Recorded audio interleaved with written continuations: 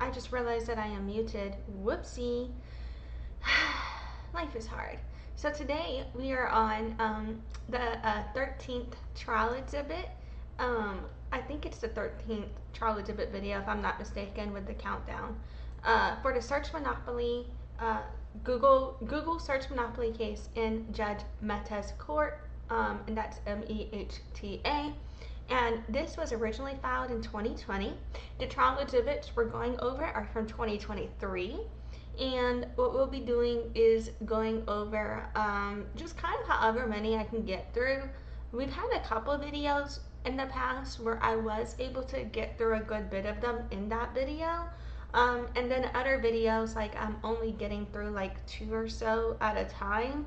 And that's just because sometimes, you know, I pull up the pages and it's like very quick 1 or 2 page exhibits that we are reading, and sometimes you pull it up and it's like, this is 50 pages or this is 100 pages, and it's like, okay, well, we're gonna spend the whole video on this 1 or 2 thing then, I guess, you know.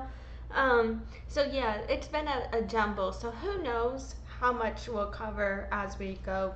I just figure it out, see how much I'm in the mood. I try to at least do 2 per video. If I feel like one is very much tiring me out, I'll try to at least do another, so I'm moving along quicker, because we've done 54 trial exhibits, if I'm counting correctly, and I believe we've probably got like 100 more to go, if I'm not wrong about that. We'll see how many trial exhibits we actually cover, because I do plan on doing each one. And the reason I think it's so important is because a lot of the content in here, it's stuff that was confidential to Google that they wanted redacted and hidden from the public, and a lot of it shows kind of discrepancies where they have been telling people one thing and then what's actually the case is another. For example, with how the ad auction system functions. You know, so like they'll lead you to believe one thing, and then in their documents they clearly state that it's this other thing.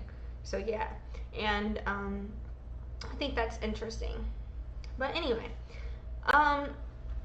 what I'm gonna do is just roll my intro, then I will do a little recap of last 2 trial exhibits we did, and then we'll just keep seeing how many more we can get through today. So yeah, okie dokie. Let's see.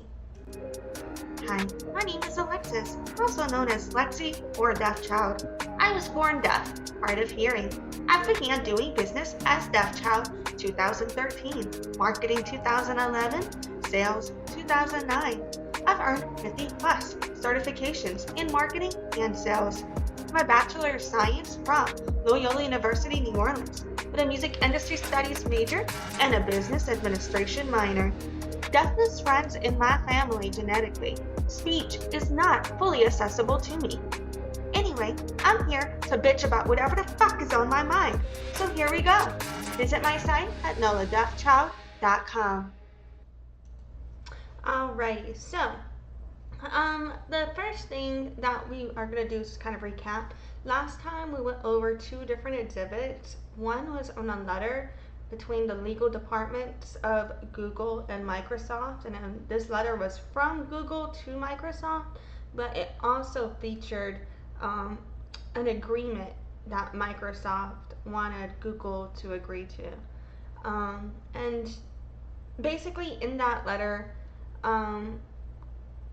Microsoft, and this was from 2005, and Microsoft was launching a new Internet Explorer edition, and so they wanted Google to agree to certain things for them to promote that concept together, and they also wanted Google to agree in regards to having like the default setting issue.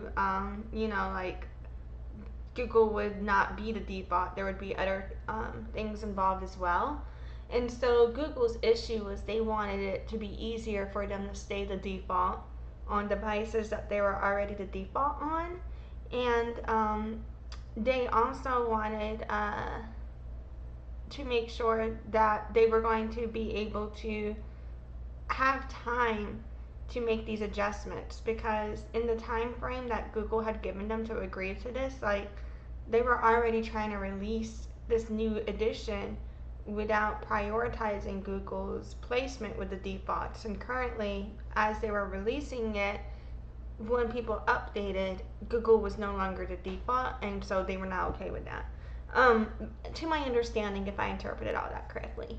And then the next trial exhibit we had read was an email from between two department members of Google, and one guy, I don't even know what he does, and the other one was the economist dude, one of the economist dude at Google, whatever. And this email was related to scale into a quote that about the economists had been quoted on scale. And in the email, they were basically agreeing that scale was a huge priority and extremely important for Google in terms of making more money, in terms of operating as a business and things like that, in my opinion, based on what I understood. And on top of the profits and scaling, when you think of business and growth, it's also in terms of the search engine and the results, having the ability to scale from the queries possible, from the queries to the results possible, if that makes sense. But yeah, so having that ability. And the reason I believe that was introduced into evidence as well is, well, obviously, so the reason I believe both of these things were introduced into evidence was with the Microsoft agreement between Google and Microsoft, where it discussed the default placement. That was part of how the state was arguing that Google was a monopoly, was through the way that they used agreements to have default placement. And I'm just realizing I don't really know why all of the words from this little caption are kind of gray for me. Oh, there it is. Okay. So, anyway, I got distracted by that. And so, yeah, so I apologize. So they were put into evidence because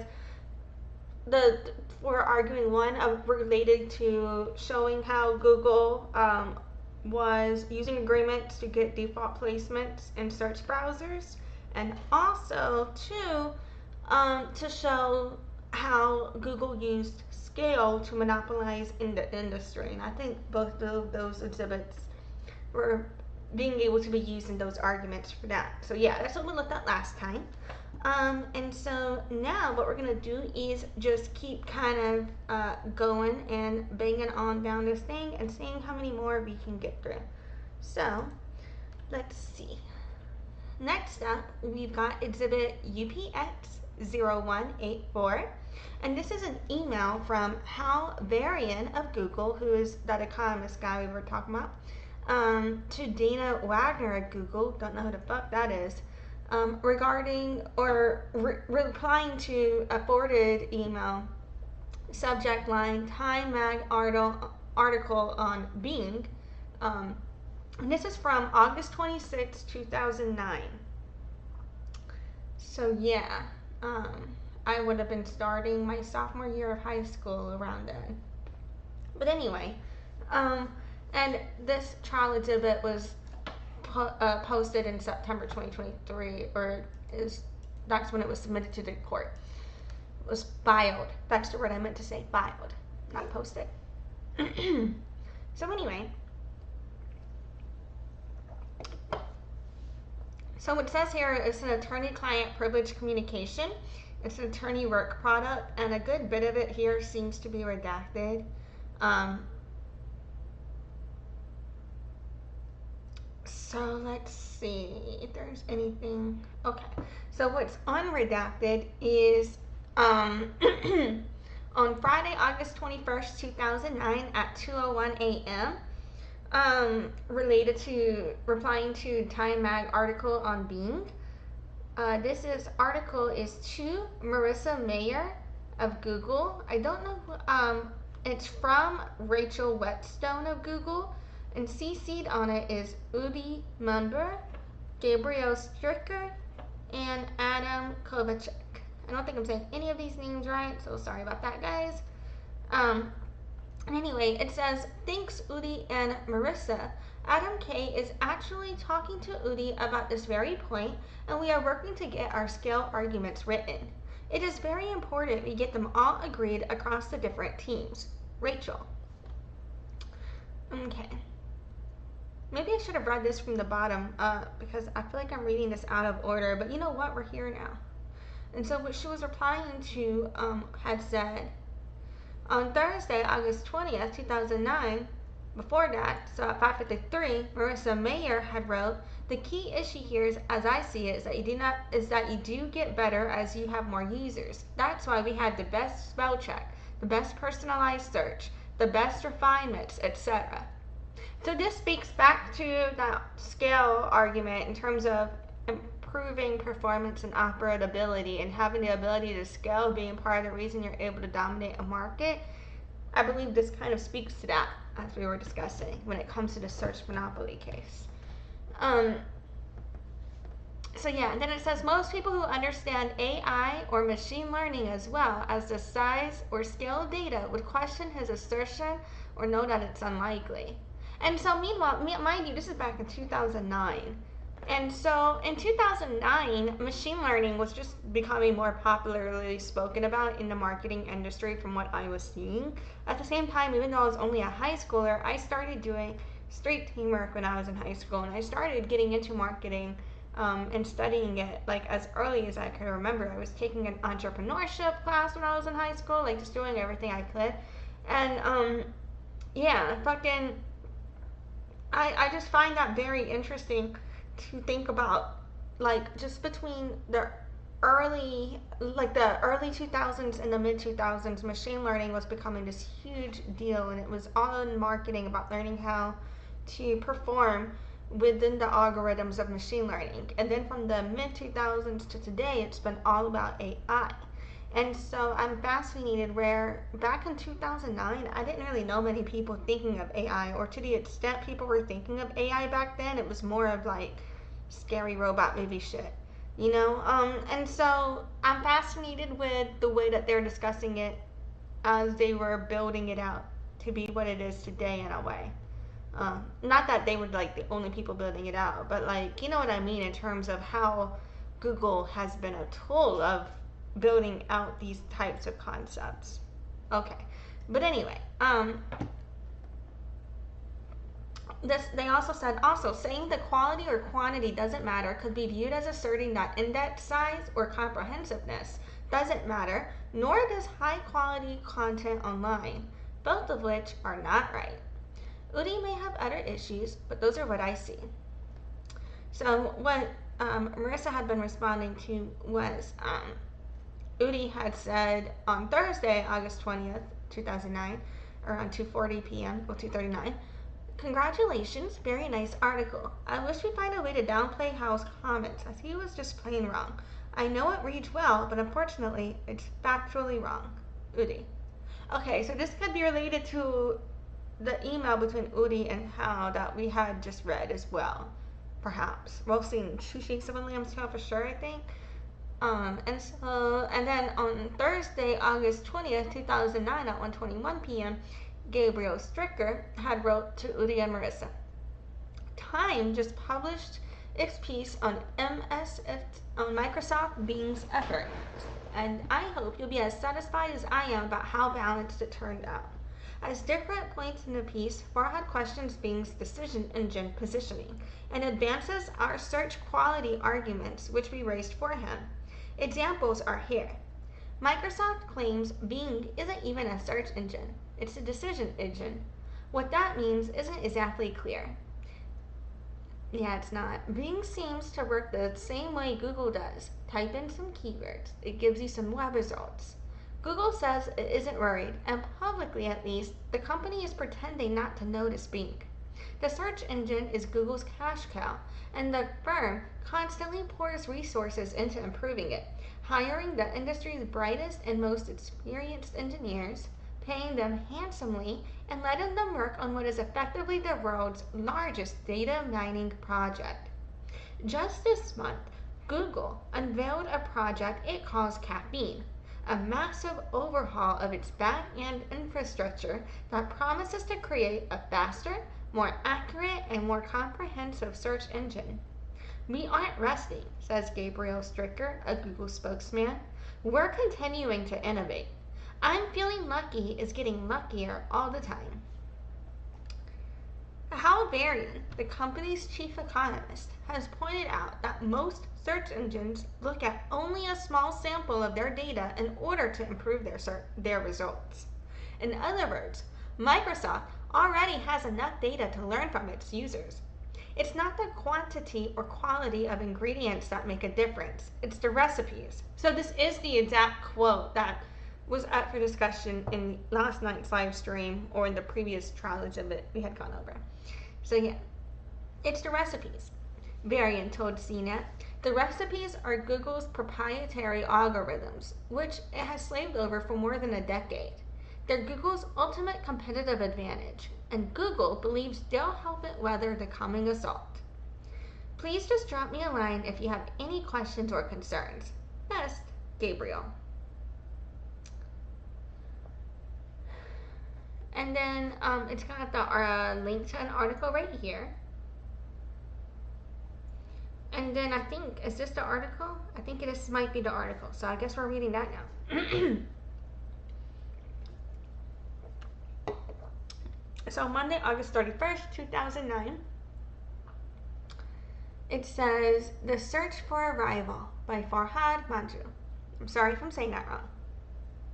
Every year, the market research firm Millward Brown conducts a survey to determine the economic worth of the world's brands.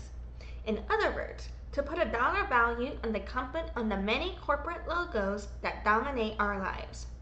Lately, the firm's results have been stuck on repeat. Google has claimed the top spot for the past 3 years. The most recent report values Google's brand, those 6 happy letters that herald so many of our jaunts down the web's rabbit hole, at more than $100 billion. What's astonishing about this stat is how effortlessly Google seems to have earned the public's affection. Other companies, Microsoft, Coke, IBM, McDonald's, spend enormous sums to stay in the consciousness. Google, which makes most of its money from ads, rarely advertises itself. Telling the world how well it does, what it does, just isn't Google's way. See pictures of work and life at Google. That seems to be linked there. But Google's humility is being tested as never before. The firm's headquarters in Mountain View, California, seem besieged by competitors gaining new momentum. Even nominal allies are questioning the company's motives and long-term plans. Is it ally or allies? Allies? Allies? Nominal allies. Honestly, I don't really know. It's allies, isn't it? Even nominal allies. Whatever. Life is hard. In July, Google's largest competitors, Microsoft and Yahoo, agreed to work together in an attempt to dethrone it as the world's dominant search engine. The deal, which awaits government approval, would create a tenacious, well-financed search rival. Conflicts are beginning to take place in other areas where Google has ventured. That includes email and office programs, Gmail, Google Docs, a cell phone operating system, Android, and a web browser, Chrome. Google scans and sells books, runs a phone system, and is even working on a desktop operating system to rival Windows. CEO Eric Schmidt recently stepped down from Apple's board of directors because the two companies now compete in so many areas. The U.S. Justice Department is investigating a legal settlement between Google and the publishing industry over the company's book scanning service, and Christine Varney, Justice's antitrust chief, said she sees Google as a problem. At the moment, Google's most pressing problem is Microsoft. The software giant is spending $100 million to market its new search engine, Bing, and in the process to get us all bummed out about Google. Bing's slick ads are unavoidable and blistering. They suggest that Google is broken, that it rarely leads us to what we're looking for, and turns us all into blathering zombies who spew out searched keywords in casual conversation. See the top 10 TV ads of 2008. What's funny though is because that same vernacular is what's being discussed as it relates to AI results today. You know, you see the same people say the same thing about ChatGPT. Anyway, and then it says Microsoft claims Bing isn't even a search engine, it's a decision engine. What that means isn't exactly clear. Bing seems to work the same way Google does. Type in some keywords, it gives you some web results. But the marketing shows signs of gaining traction. According to the media metrics from Comscore, Bing captured 8.9% of the search engine's queries in July, a tiny increase from 8.4% in June. All of us in the search industry were surprised by Bing, says Anna Patterson, a former Google engineer who has since gone on to found Cool. It says here it's pronounced cool in parentheses, and that's the only way I would know that because it's spelled C-U-I-L. The fuck? Anyway, so it says one of the many smaller search startups in Google's shadow.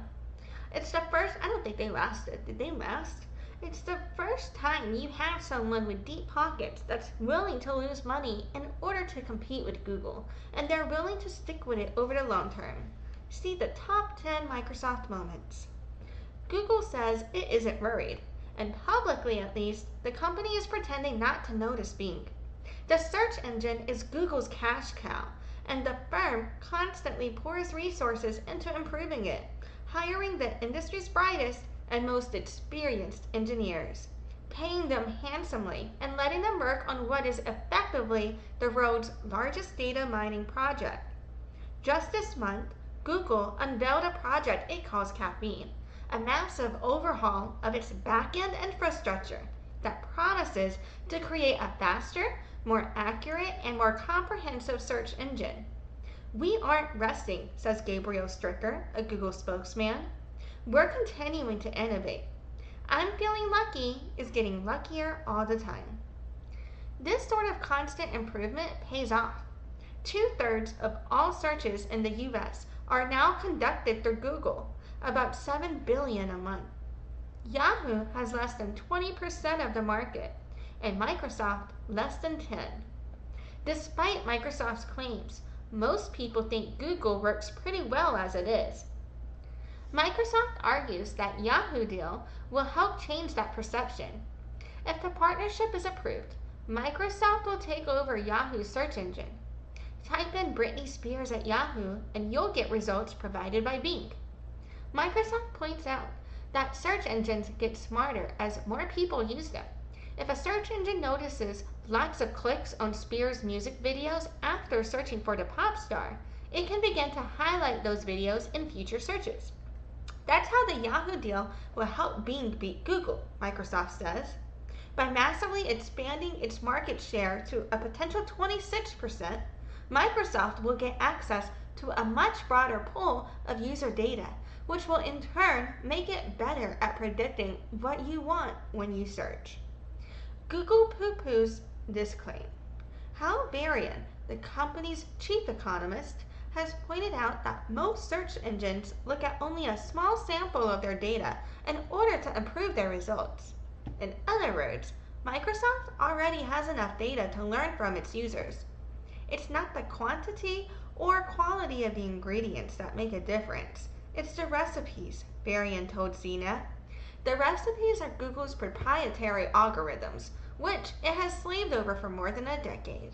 They're Google's ultimate competitive advantage, and Google believes they'll help it weather the coming assault. See the best social networking applications. Privately, Googlers will tell you that the Bing ads wrinkle. What the fuck? I'm not used to this word, wrinkle. Never heard of it. Privately, Googlers will tell you that the Bing ads wrinkle. They describe them as misleading and unfair, painting a picture of Google that doesn't match reality. Maybe, but Microsoft, a company not previously known for its marketing savvy, is taking a page out of a 1960s Procter & Gamble playbook. Create a problem consumers don't know they have, then solve it. Bing. Can Google play defense if Bing starts to move the needle? Google's first instinct has always been to innovate its way out of trouble. but there are a number of features in Google's search engine that most of the public is unaware of, like how I can give you the local weather and movie times and perform currency conversions with a single search query. It's not in Google's DNA to run confrontational ads, but it's easy to imagine a campaign that shows off all the amazing things your friendly search giant can do. See 10 ways Twitter will change American business. You know, it's interesting though, because now on YouTube, I do see ads for Google. So it's interesting that back in 2009, they're talking in this article about how Google doesn't need to run ads for itself. But now today in 2025, I see Google on when I'm watching YouTube videos, one of the ads I'll be seeing for Google is for running ads on Google. So I'm just throwing that out there. Okay. So, and then it says, at the moment, Google derives about 97% of its revenue from advertising. Barry Schwartz, CEO of the web consulting firm Rusty Brick and an editor at Search Engine Land, says that some at Google have to be getting a little jittery that the company's entire revenue stream rests on a single product. They keep downplaying that they're competing with other companies.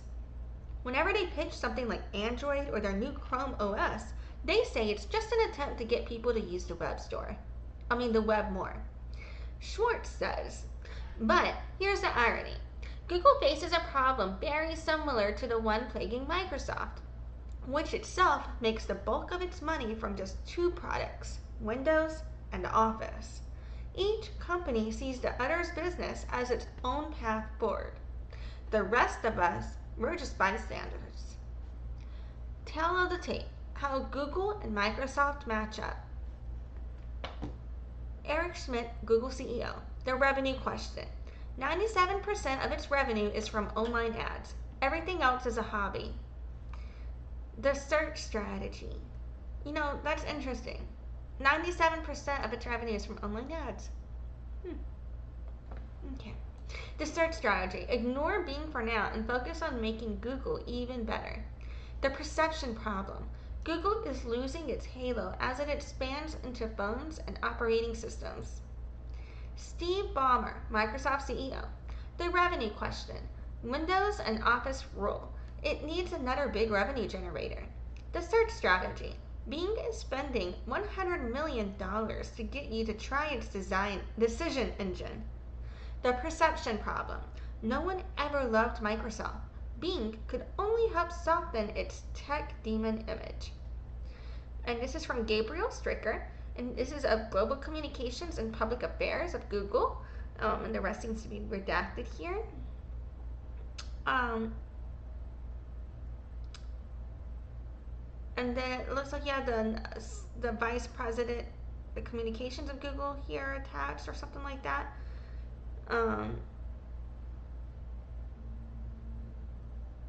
It looks like Dana Wagner is the senior competition counsel of Google. Okay, so there we go. Alrighty, so what the fuck did we just read? So basically, the original attachment here is an article about Google and Microsoft Bing. Well, it's mostly about Microsoft Bing, but Google is mentioned. And so they are comparing Google to Microsoft Bing as Bing was getting launched and trying to bring users over.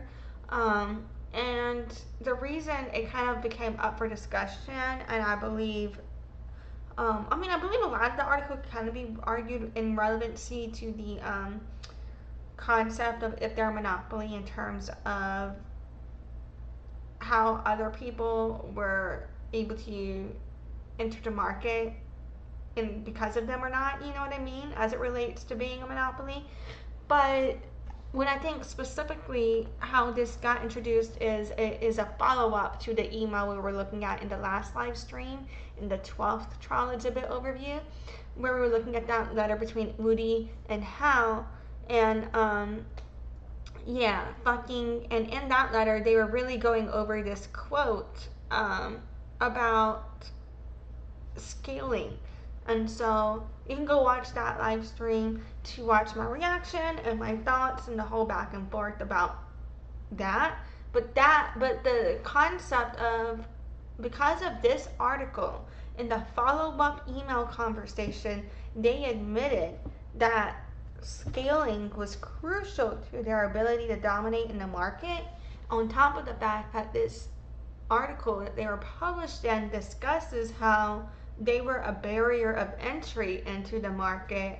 Those two things together, I believe, is why this is put into evidence for this monopoly case, to show that they were being a monopoly. You know what I'm saying? So yeah, in my opinion. And so it just kind of looks like this is just some internal shit, like, hey guys, we got written about. And Udi, who was the guy that didn't agree with the how quote, was basically like, that's nice, but that is wrong. You know what I mean? To everybody. And it's just like, okay, you were like, damn. But you know, anyway, so that was that. And let's read something else now. So moving on, we're now going to go to trial exhibit UPX 0192. And this is an email from Eric Lehman of Google to Maryam Tavafi, I don't think I'm saying any of that right, sorry guys, of Google et al., applying to a question about the open position on your team. This is from June 6th, 2016, and it has an attached Google presentation on unified click prediction, and this is from January 5th, 2016. So the email is from June 2016, and the presentation is from January 2016. And this document was filed with this court case in November 2023. Alrighty, here we go. So this one's a little bit longer, but it looks like a good bit of it is also redacted. So, we have a redacted email here. I'm not even gonna get into it. Let's see. It looks like all of this is redacted.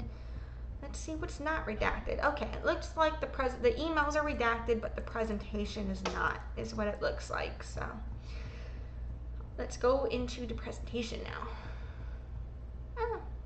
Let's see.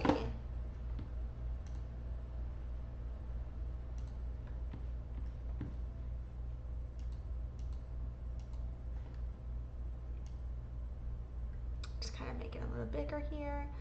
Okie dokie. So the presentation is called Unified Click Prediction. Am I saying that right? No, y'all know what the fuck I just said? I don't think I said that right. It's called Unified Click Prediction.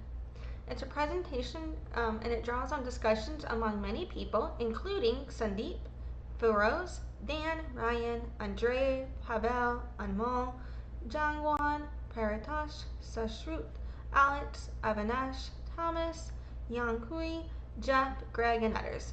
I don't think I said anybody's name right, so very sorry about that. Alrighty. And it says unifying click prediction systems, bubbled up, scope is large, so high level, lots of details, unresolved and hard, won't dwell, please bring up, insights, tangential, so pointers, or the notes here. Well, it says won't dwell. I'm assuming that's a typo for dwell, or I don't know what the fuck they're talking about. And then the next slide is on clicks and ranking.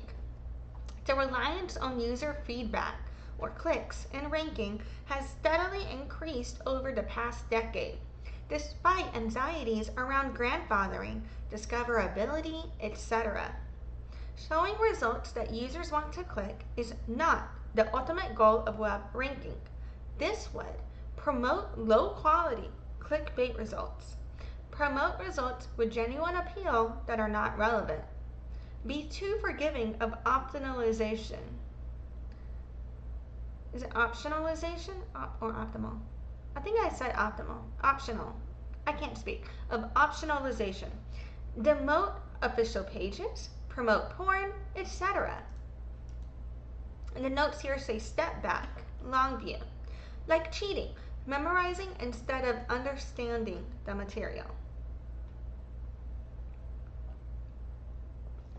And then the next slide, it says clicks as a proxy objective. But showing results that users want to click is close to our goal. And we can do this almost right thing extremely well by drawing upon trillions of examples of user behavior in search logs. This suggests a strategy for improving search quality. Predict what results users will click, boost those results, patch up problems with page quality, relevance, optionalization, etc. It's not a radical idea. We have done this for years. And the notes here say wrong thing to do, but really good at it. So here, they're saying showing results that users want to click is not our ultimate goal because it promotes bad results. It promotes results with appeal that are not relevant, and it promotes porn and shit. Okay? And they are the ones who kind of liken it to cheating. And then they say here, we have done this for years though in relation to all of this, showing results, even though it's not the ultimate goal, it's still close to our goal. We've been doing this for years and it's wrong to do, but we're really good at it. Just let that marinate. Yep.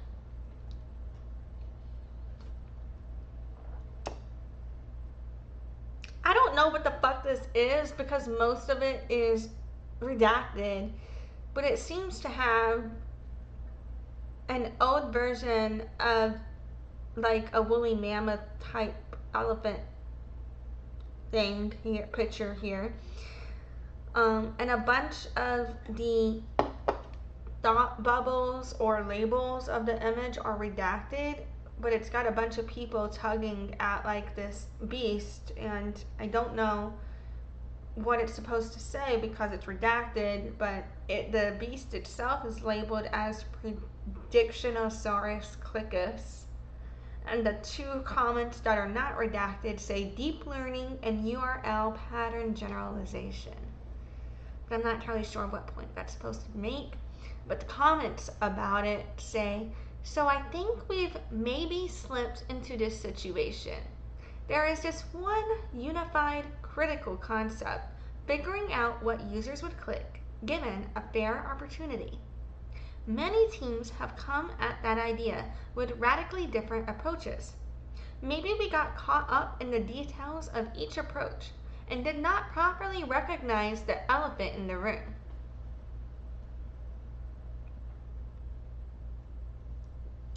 And then the next slide says life inside the red triangle, and it has a red triangle here labeled click prediction, and it says the inner loop for people working on click prediction becomes tuning on user feedback data. Human evaluation is used in system level testing. We get about 1 billion, we get about 1 billion new examples of user behavior every day, permitting high precision evaluation, even in smaller locales. The test is, were your click predictions better or worse than the baseline?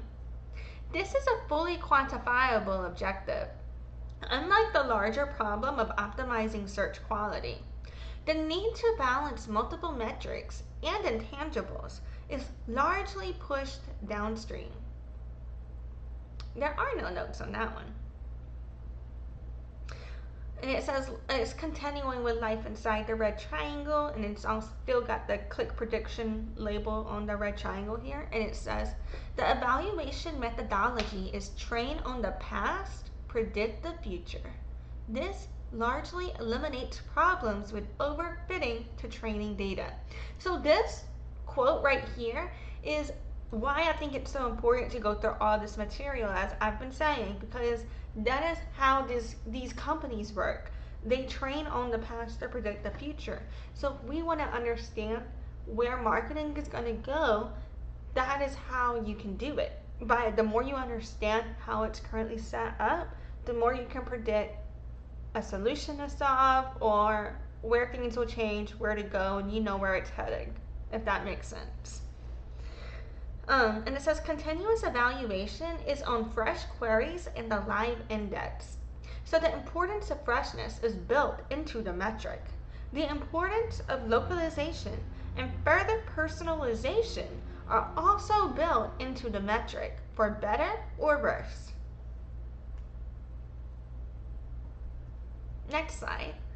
We're still on life inside the red triangle about click prediction. And it says, this refactoring creates a monstrous and fascinating optimization problem. Use hundreds of billions of examples of past user behavior and other signals to predict future behavior involving a huge range of topics. The problem seems too large for any existing machine learning system to swallow. We will likely need some combination of manual work, rank lab tuning, and large-scale machine learning to achieve peak performance.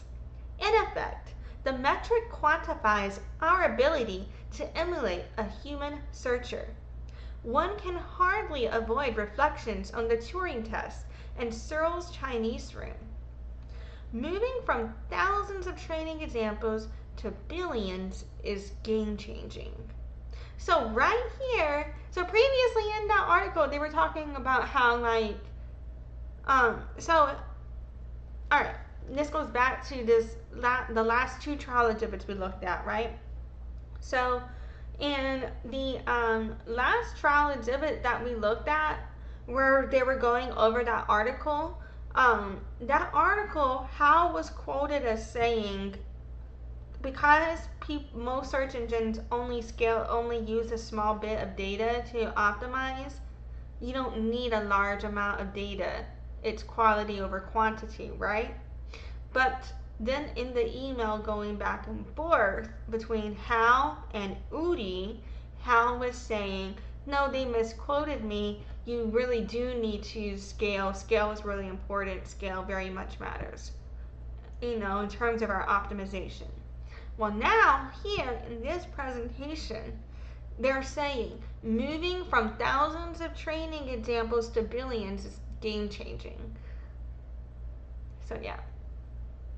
So in the article, they were trying to make it seem like competition doesn't matter because people don't have as much data to work with as we do.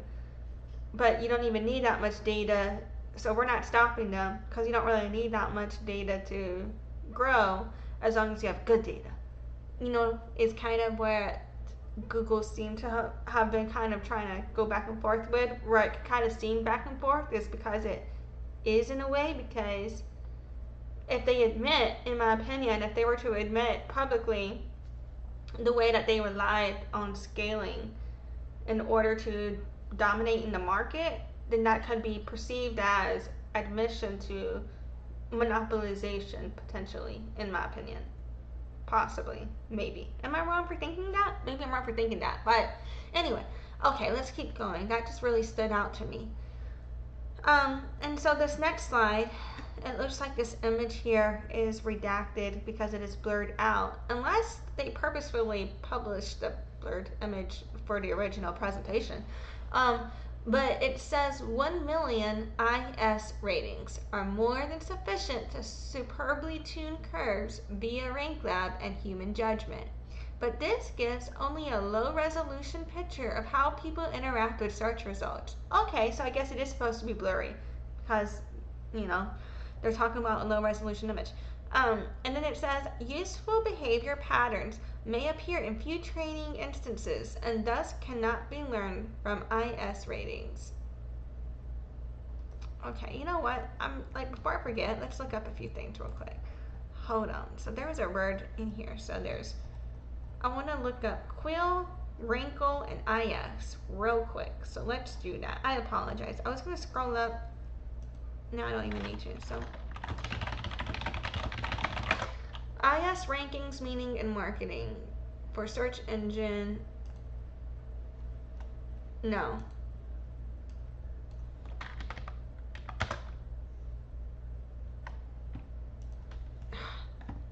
Google is not working.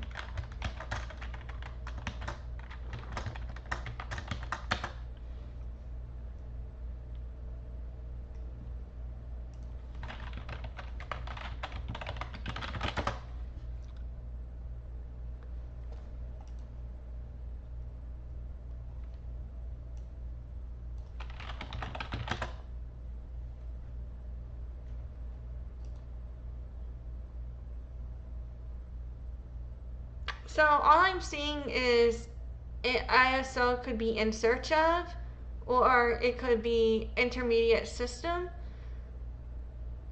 on Google. Because, you know, honestly, I had never had to use like the IS abbreviation. So to be honest, don't know what the fuck that is, the IS ratings. You know what?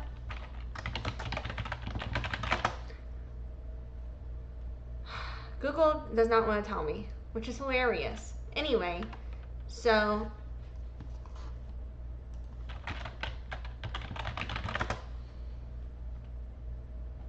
all I can see is in search of.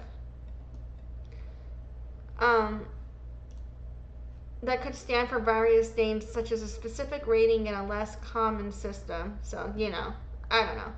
So yeah, we tried. And then I wanted to see, is Cole, whatever the fuck, is that still in existence? It's supposed to be like a competitor with Google or whatever. Did that last? Apparently it didn't, because I can't even see it. Oh, there was no E on here. It failed and it shut down in 2010. That makes sense. Okay, I didn't think that lasted. And then what else did I want to see? Rankle. What the fuck is Rankle, man? Okay, hold on. Sorry. Oh, so it's something that causes annoyance or resentment that persists. Got it. Alrighty. Okay, let's keep going, guys. I apologize. So, oh shit, this is a continuation of that idea. Fucking, oh, well, or maybe something is gone here. I don't know. So it says about 100 billion clicks provide a vastly clear picture of how people interact with search results. A behavior pattern apparent in just a few IS ratings may be reflected in hundreds of thousands of clicks, allowing us to learn second and third order effects. So right here, talking about how much more clear of a visual you can get with data between 1 million and 100 billion bits of information. You know what I mean? I think that's interesting, especially in relation to this previous conversation about the email and everything. So anyway, and then it says, example, click data indicates that documents whose title contains DVM are currently underranked for queries that start with doctor. DVM equals Doctor of Veterinary Medicine. There are a couple relevant examples in the 15,000 set. There are about 1 million examples in click data. So the volume of click data for this special situation roughly equals the total volume of all human rating data. Learning this association is not only possible from the training data, but required to minimize the objective function. And then this next slide is redacted entirely, but it was labeled of possible interest. So, who knows? But anyway, so to sum up this presentation, to me, it kind of seems to back up, this internal presentation seems to back up again that they do rely on scale, in my opinion, to grow, operate, and function the way they do as a search engine, in my opinion. So next up, we've got Trial Exhibit UPX0193. And this is a Google document, bullet points for presentation to Sundar. And this is from September 17th, 2019. And it was uploaded into these filings here November 2nd, 2023, to my understanding, or something like that, whatever the fuck. So, it's just a one-pager here, and these are bullet points for our presentation to Sundar. Oh, okay, so BERT was a search engine ranking update. But anyway, it says BERT is a new type of model architecture that can productively scale up deep learning models to close the gap or even match human performance in many language understanding benchmarks. Applying BERT to web answers demonstrates a huge redacted coverage increase at constant precision in English. This captures redacted on Assistant for web answers, a noticeable distinguishing factor over Alexa. Early experiments show that gains internationally are even larger. Answers are critical to the assistant international strategy. Early experiments with BERT applied to several other areas in search, including web ranking, suggest very significant improvements in understanding queries, documents, and intents. Any competitor can use BERT or similar technologies. Fortunately, our training data gives us a nice head start. We have the opportunity to maintain and extend our lead by fully using the training data with BERT and serving it to our users. This needs multiple orders of magnitude more hardware resources, mainly TPUs. To be honest, I have no fucking clue what a TPU is. Let's see. When I Google TPU, it says Tacoma Public Utilities. Highly doubt that's it. The other thing I see is polyurethane polymers that are thermoplastic.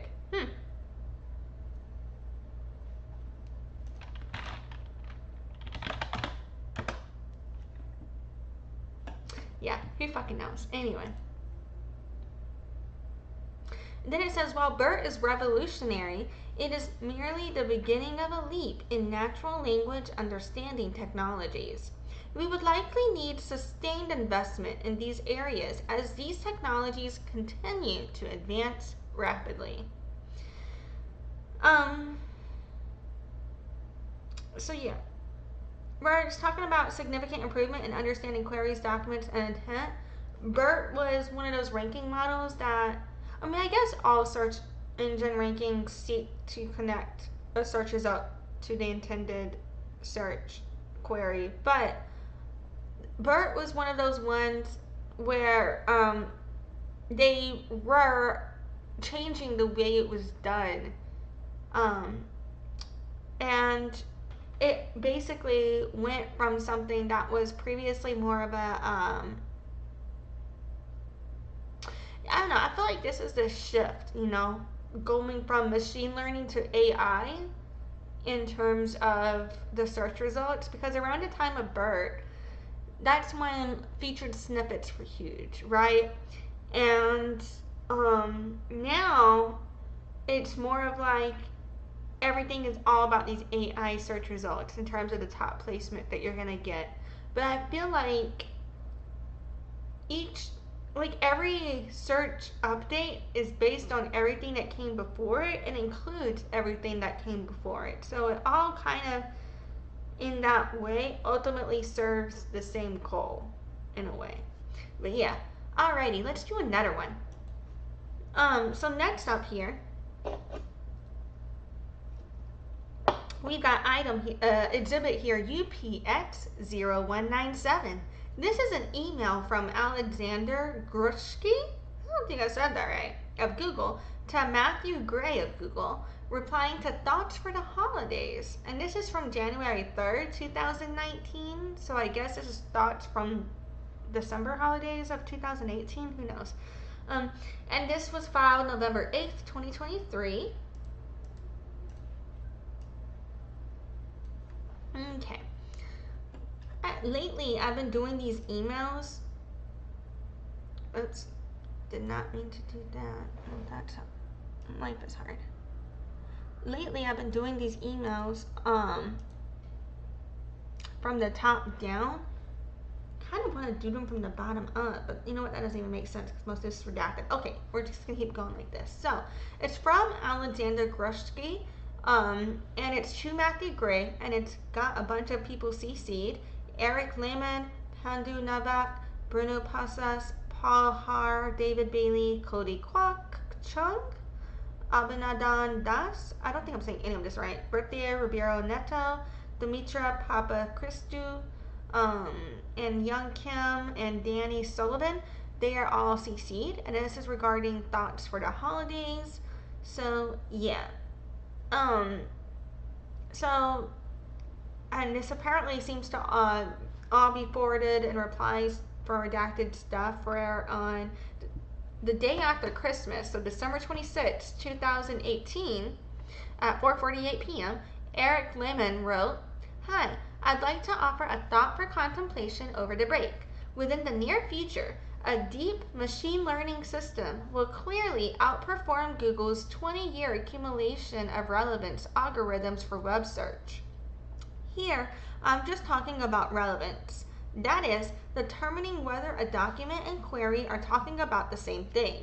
There is a lot more to web ranking for which machine learning seems much less appropriate. But I think basic relevance is the major task in web ranking and probably objective enough to go after pretty effectively with machine learning. None of us can see the future, but my bet is that this is nearly certain to be true within 5 years and could be true even within 6 months. One problem after another is that is similar in flavor to web ranking has fallen, and there is little reason to think that web ranking is somehow exceptional. Indeed, this holiday thought stems from recent advances in web answers, where deep machine learning, in the form of BERT, abruptly subsumed essentially all preceding work. I agree strongly and think the 6-month estimate is much closer than the 5-year estimate. I think in web answers, it introduces as massive new set of problems and opportunities that I'm really excited about, but are definitely triggering a fearful reaction among many.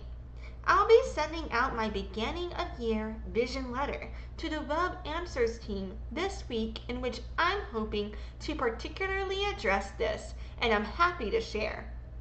For the Web Answers team, the tidal wave of deep machine learning that arrived in the last few weeks was a complete shock. With this warning, we should not allow ourselves to be caught off guard again. Rather, we should start thinking through the implications now. And now is really the time, because in the new year, I expect a lot of web ranking engineers to reflect on BERT and start thinking along these same lines. One consideration is that such a deep machine learning system could well be developed outside of Google, at Microsoft, Baidu, Yandex, Amazon, Apple, or even a startup. My impression is that the Translate team experienced this. Deep machine learning reset the translation game. Past advantages were sort of wiped out. Fortunately, Google's huge investment in deep machine learning largely paid off, and we excelled in this new game. Nevertheless, our new machine learning based translator was still beaten on benchmarks by a small startup. The risk that Google could similarly be beaten in relevance by another company is highlighted by a startling conclusion from BERT.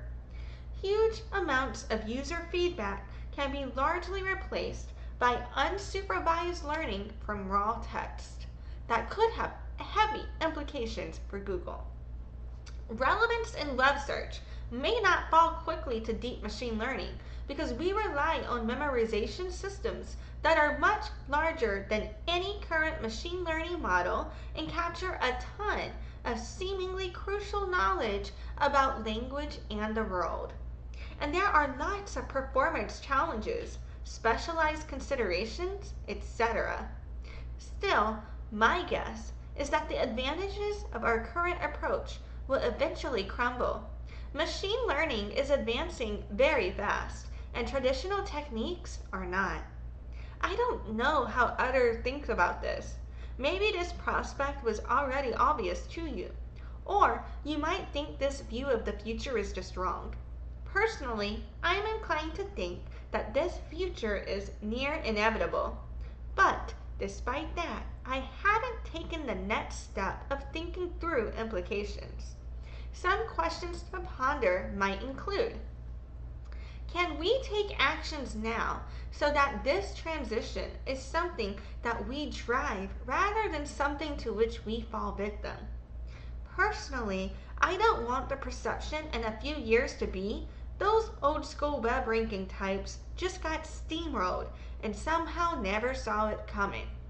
Could we instead, say, formulate some 2019 collaboration goal with research to beat out our best existing redacted prediction with a deep model.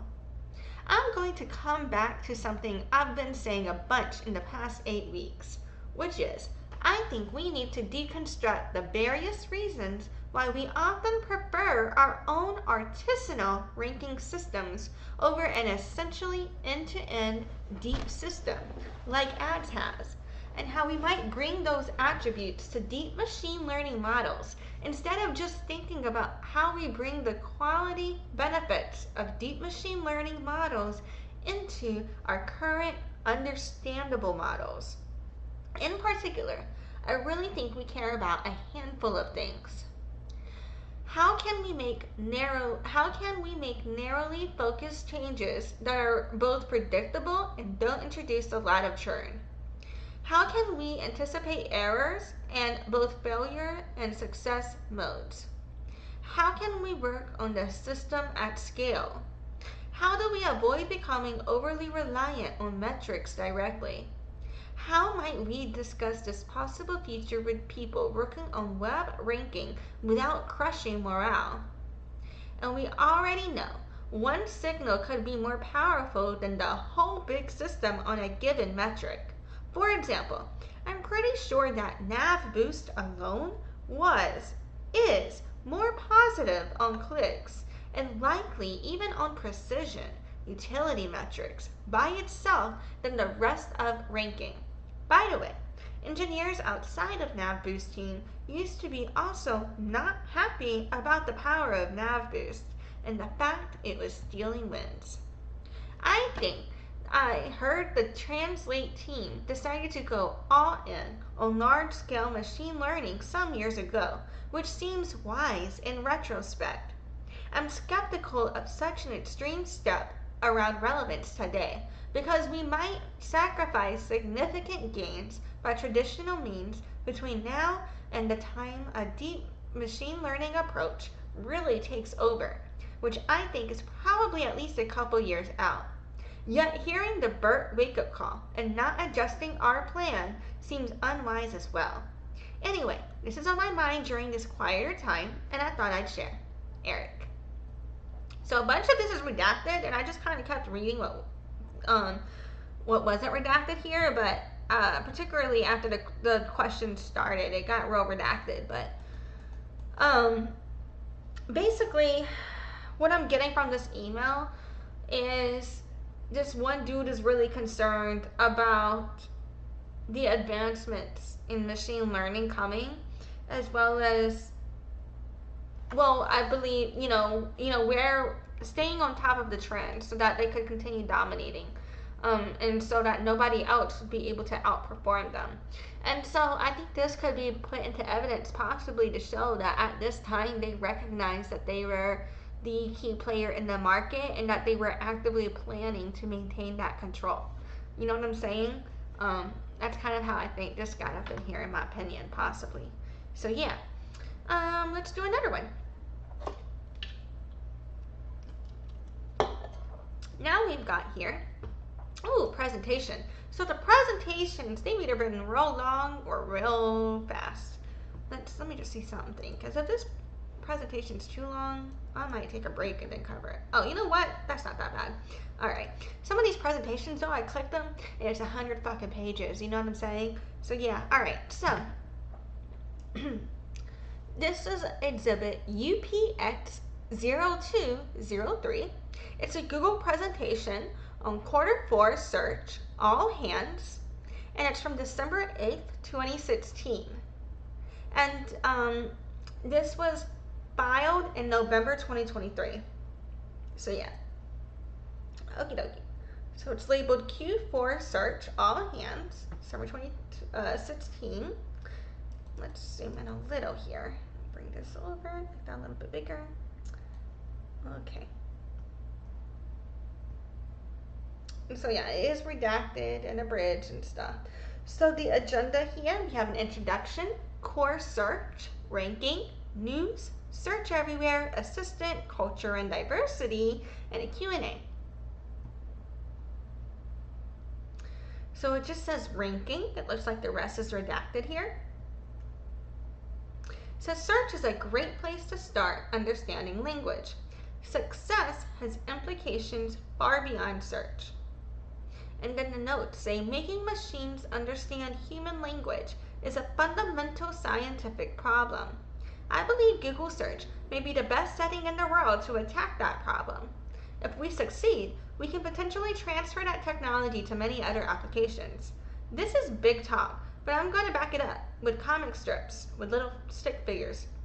But I mean, I do kind of see what they mean though, because like when we're connecting search query to a result, that is trying to get the computer to understand the context of that human question to then provide an answer. You know what I'm saying? So yeah. And that's what JSON LD does. It gives it that human context to connect the data to the result. Anyway, and then it says, the slide says, we do not understand documents, we fake it. Today, our ability to understand documents directly is minimal. So we watch how people react to documents and memorize their responses. Interesting. And the notes here, it says, let's start with some background. 1 billion times a day, people ask us to find documents relevant to a query. What's crazy is that we don't actually understand documents. Beyond some basic stuff, we hardly look at documents. We look at people. If a document gets a positive reaction, we figure it is good. If the reaction is negative, it is probably bad. Grossly simplified, this is the source of Google's magic. So they're basically saying right here, that Google pays more attention to how users engage with a page than they do to the quality of the content, in my opinion, potentially, possibly. Or that's how they base the quality of the content, based on user engagement. I don't know, but this is really bringing me back to the concept of beauty is in the eye of the beholder, or consumer-based brand equity, which is the concept that the value of your brand is based on how your audience perceives you.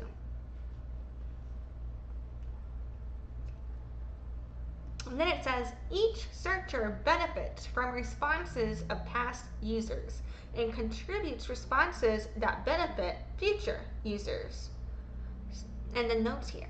So, if you search right now, you'll benefit from the billions of past user reactions we've recorded, and your responses will benefit people who come after you.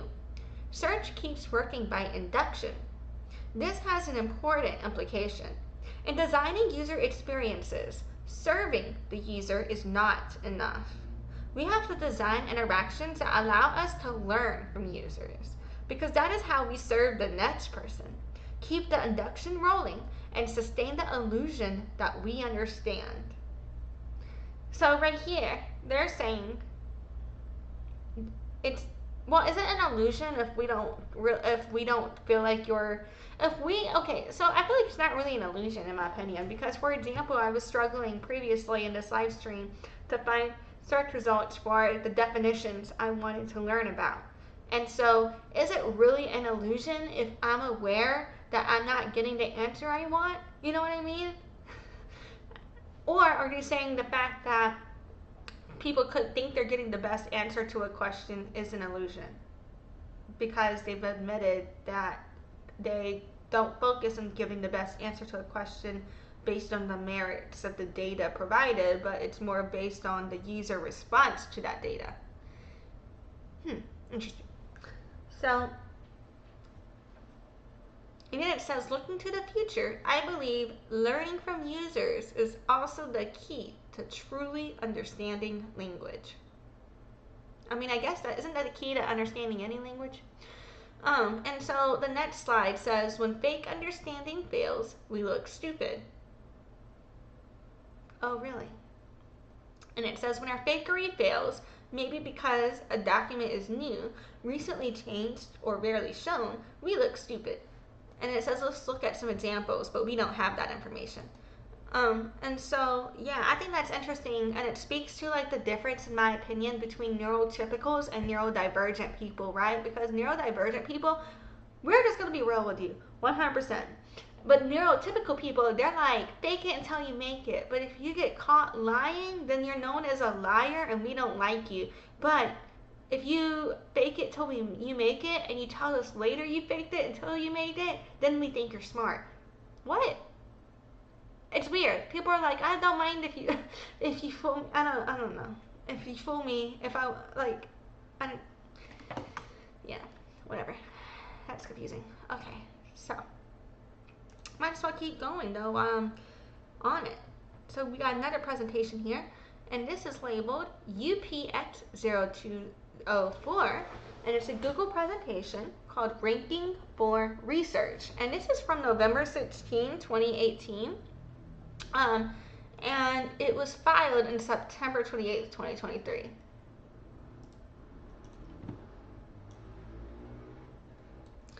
So, this first slide says ranking for research. It says access to this document is restricted to specific people in research who are working actively to improve search, not people with a general interest in the topic.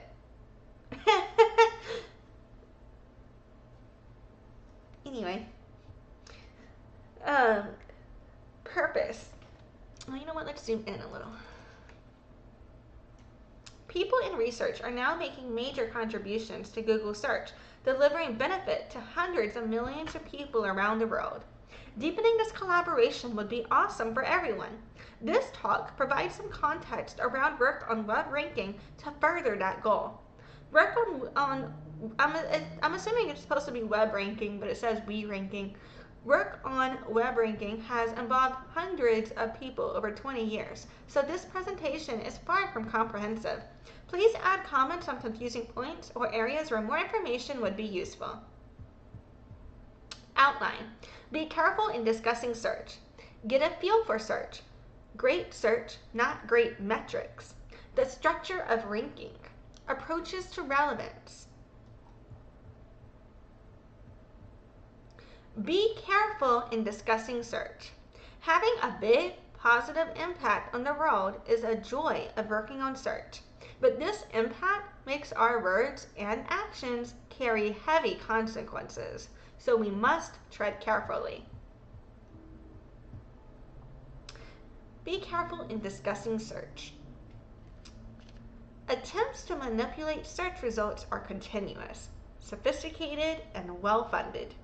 Information about how search works should remain need to know. We are sued often. All emails involving people in search are likely to be retained in connection with multiple ongoing lawsuits. Internal communications have been repeatedly leaked to the press and cast in a bad light. Around the world, we endure multiple negative press cycles weekly. And then at the bottom it says email threads involving search product counsel in my inbox this month. And then it's got a timeline, November 1, November 1st, November 3rd, November 6th, 7th, 12th, 21st, and 25th. Okay. So that's 7. And then the next slide says legal hold obligations. This dashboard contains information about active legal hold notices you have received and our duty to preserve corporate data. Preservation obligations are pursuant to United States and other laws and help our legal team vigorously defend Google against any potential claims. If you would like further information about a specific hold listed below, please reach out to the case contact or the redacted Google email address alias for more general inquiries. And then it shows active legal holds, and it says my email and docs are currently retained in connection with 4 different lawsuits.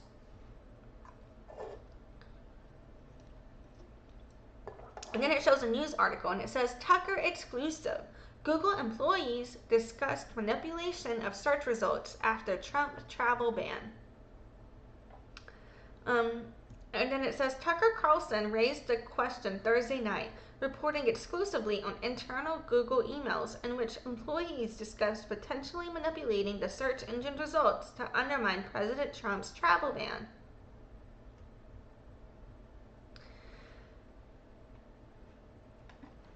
It still says be careful in discussing search as our title here, and it says the EU fined Google 2.2 billion euros in connection with an aspect of search. People you work with were involved. Search issues can inflame world leaders who have power over Google, demand congressional hearings, etc. We never know when the next regulatory action or subpoena will hit. And then it's got a tweet from the U.S. House Majority Leader. And it shows a picture. It says, "Dear Google, this is a disgrace. Stop the bias." And it's got, for the ideology of the California Republican Party, Nazism. I think that's hilarious. Okay.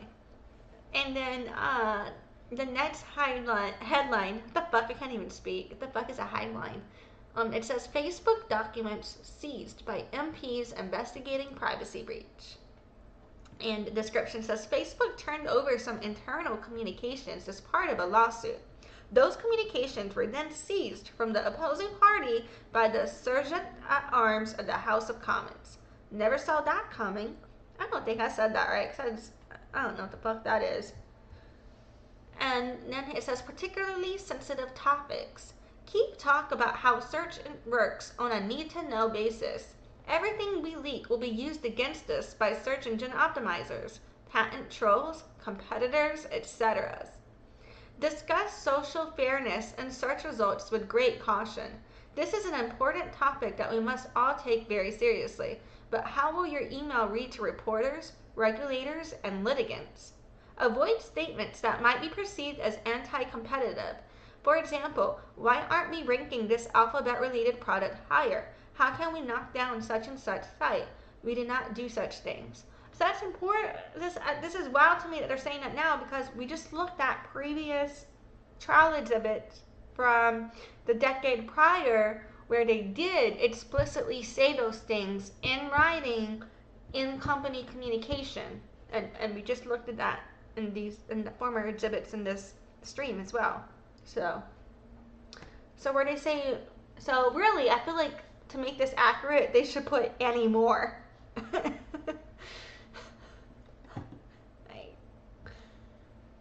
Yeah.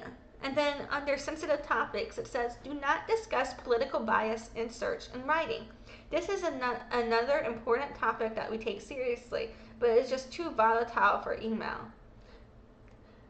Code words, we don't want to be held legally responsible for any fucking bullshit that gets said in writing.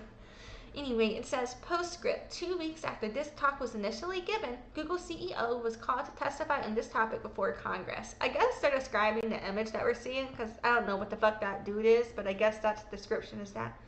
The next bullet point, did not discuss the use of clicks in search, except on a need-to-know basis, with people who understand not to talk about this topic externally. Google has a public position. It is debatable, but please don't craft your own. I love how they're literally saying, we have a public position. It's debatable. So don't give us any other bullshit to debate. Anyway, search quality has many aspects. Relevance, page quality, popularity, freshness, localization, language, centrality, topical diversity, personalization, web ecosystem, mobile friendly, social fairness, optionalization, porn demotion, spam, authority, privacy, user control of spell correction. Capturing everything in a metric is tough. Some known shortcomings of live traffic eval. The association between observed user behavior and search result quality is tenuous. We need lots of traffic to draw conclusions, and individual examples are difficult to interpret.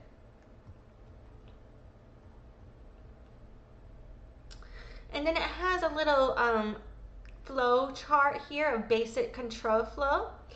And so we see basic control from two starting points. One is the search query, one is the web document. So you could either come from the search query to the query rewriter, which interprets that query, and then this goes down to the Muppet a scorer, which retrieves and scores the document on one side.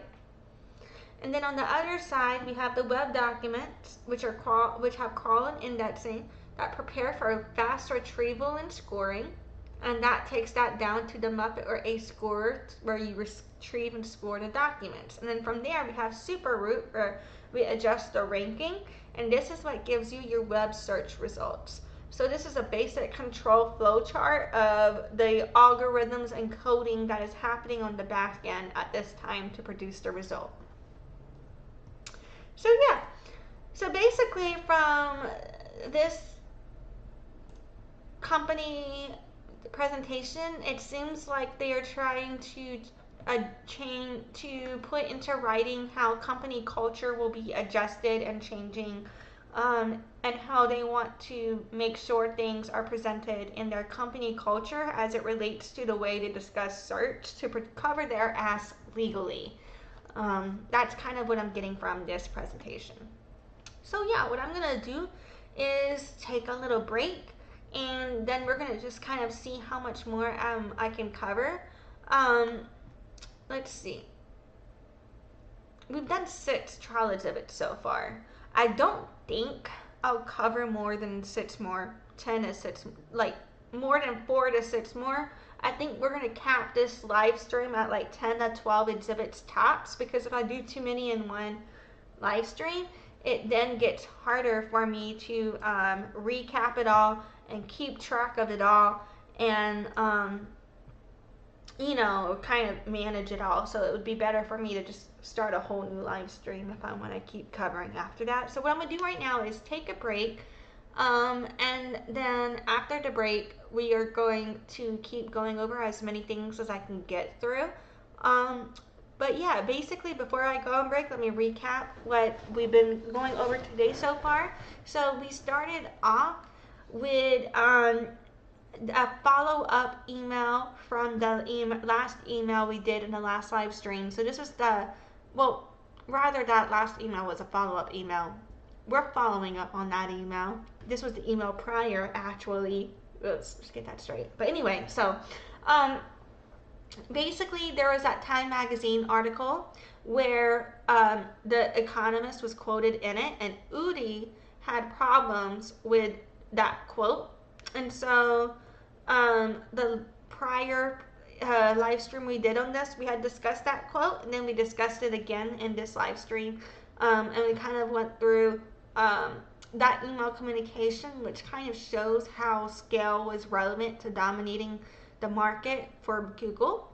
Then after that, we went into an email on a presentation about unified click prediction, which showed how Google relied on scalable data to use click prediction to provide search results.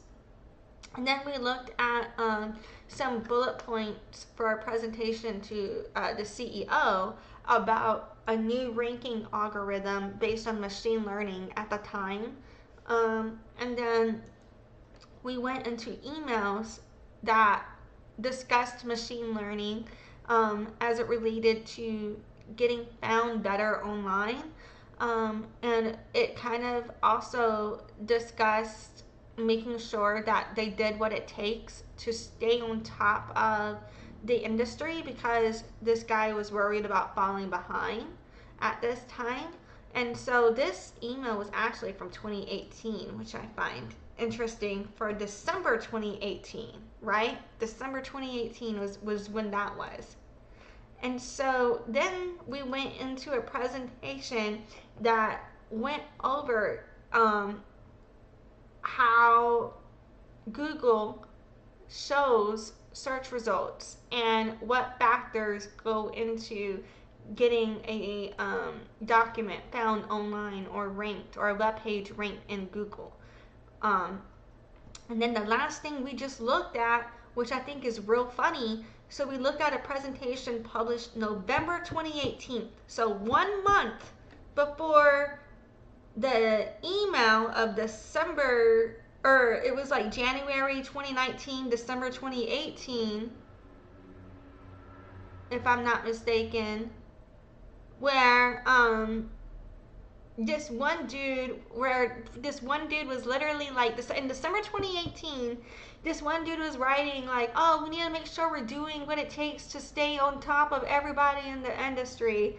And then in November 2018, 1 month prior, in this presentation, they were saying, hey, nobody talk about outperforming people in the industry in writing because that makes us look like a monopoly. Then 1 month later, look what that fucker did. You know what I mean? So I think that's really funny processing that, in my opinion. But yeah. Okie dokie. So I'm actually going to take my break now. And then whenever I come back, we are going to just kind of see how many more trial exhibits I can make myself sit through. So yeah, be right back.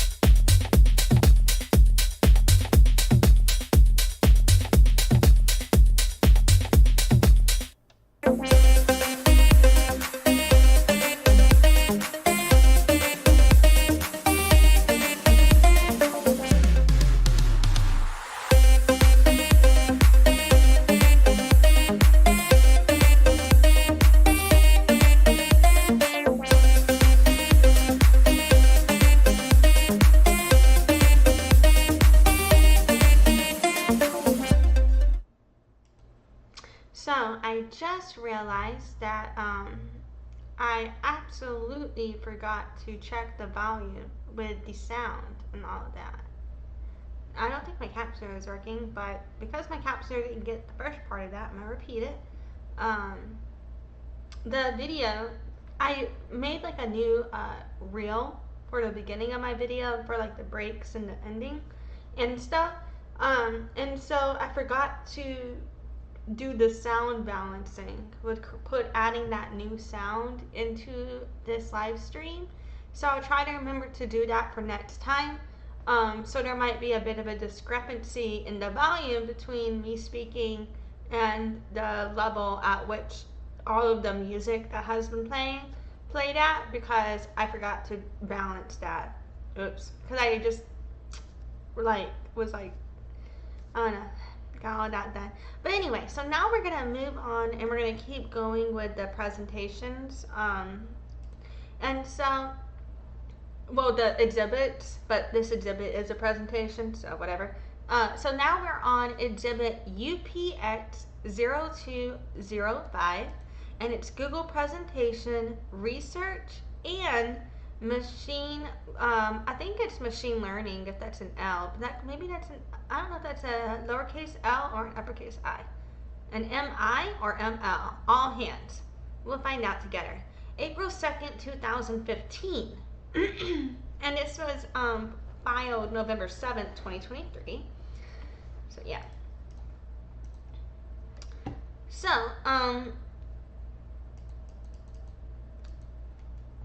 let's see. It just says many research teams, Q4 2014. And so then it's got it lists Amy with parentheses Anna, Google Brain, or it could be Anna. I don't know if that's Anna or Anna. But anyway, then it says Google Brain, and it says Jeff, Descartes, I don't know how the fuck to say that dude's name, to be honest. Descartes, who gives a shit? Ray, DeepMind, Demis, I don't think I'm saying any of this right. Machine Intelligence, so it's JG, Strategic Technologies, Andre, Google Research, Alfred, and Replicant, James. I'm not saying shit right, it's fine. The next slide says principles, and for priors it says how many people followed each. And then it shows 3 doors with like a stick figure, and it says which door will she follow. In the notes it says a simple but powerful algorithm for the choice problem is the priors algorithm. The idea is to score the doors based on how many people took it. In other words, you rank the choices based on how popular it is. This is simple yet very powerful. It is one of the strongest signals for how much of Google search and ads ranking. If we know nothing about the user, this is probably the best thing we can do.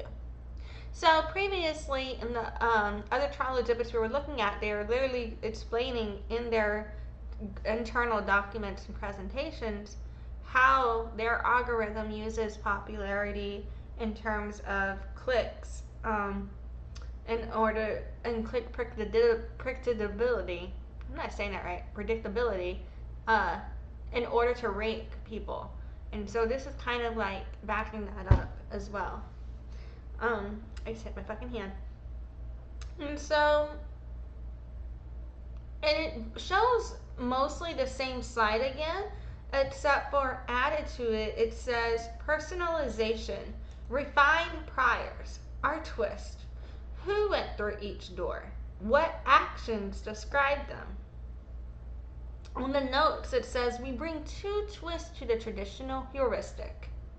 Instead of attempting to describe through a noisy process what each door is about, we describe it based on the people who took it. We can do this at Google because at our scale, even the most obscure choices would have been exercised by thousands of people. When a new user walks in, we measure their similarity to the people behind each door. This brings us to the second twist, which is that while describing a user, we don't not use demographics or other stereotypical attributes. We simply use a user's past actions to describe them and match users based on their behavioral similarity. So they're literally saying in this document that not only did they use popularity to determine how a result will rank, they also determine what users see based on what actions they have taken previously, as well as based on any demographical behavior or data that Google has on them, which I find interesting. Like, because this is something we've always known to an extent, but a lot of it got limited, or theoretically was supposed to be limited under recent laws between 2019 and now.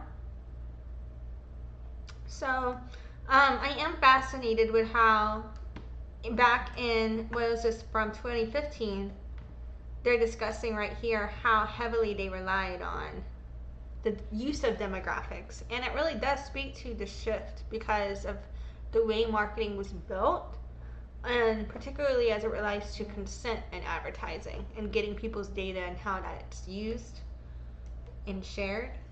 But anyway, next up we have exhibit item number UPX0219. Google presentation, logging and ranking, May 8th, 2020. And this is from November 1st, 2023. Or actually, no, it's from May 8th, 2020. It was filed November 1st, 2023 with this court case. I apologize. Out of it. Okay. And so keep in mind, this is the 8th document. So we've looked over 7 documents so far in this live stream. At the beginning of this live stream, I believe we were at 54 documents covered. I believe that puts us at 61 trial exhibits covered. If I'm counting correctly, I need to double check that number, but that's where I believe we're at. And this is going to be 62. This is our 8th one. So, this document is redacted, of course. So it says logging and ranking. So it looks like a presentation with notes again. It says, hi, I know this is a challenging time, and so I appreciate this chance to get to talk to you. This is a big group, and VC is hard. I wonder if they mean venture capital here. It says, please don't hesitate to unmute and jump in with comments or questions. Ranking and search work at a high level, from my perspective, and the critical role that logging plays in that story. Behind all this, I'm selling something. And that something is the idea that even though ranking can seem like a needy, special case customer, effective logging for ranking is central to search, to Google as a whole, and beyond. And it says this dialogue is the source of magic. And it shows a little flow chart, and it shows like a wizard hat over a keyboard, and it says, from there it's got an arrow that is labeled results. Then it has a paint brush with paint, like a paint, what is it called? Like a paint palette emoji or clip art picture thing. And then it's got like an arrow that says search engine result page, and the arrow's got the wizard hat on it. And then it's got a person with the wizard hat on, and it looks like they're holding a drink and a phone. And then it says interaction, of course, with a fucking wizard hat there. And then it's got like 3 pieces of wood. And then it says learning. And right here, the notes, it says this two-way dialogue is the source of Google's magic. With every query, we give us some knowledge, is what it says. I'm assuming it says we get some. With every query, we get some knowledge and we give some knowledge and get a little back. Okay. Then we give some more and we get a little more back. These bits add up. After a few 100 billion rounds, we start looking pretty smart. Search is a bit like a potluck, where every person brings one dish of food to share. This is a great...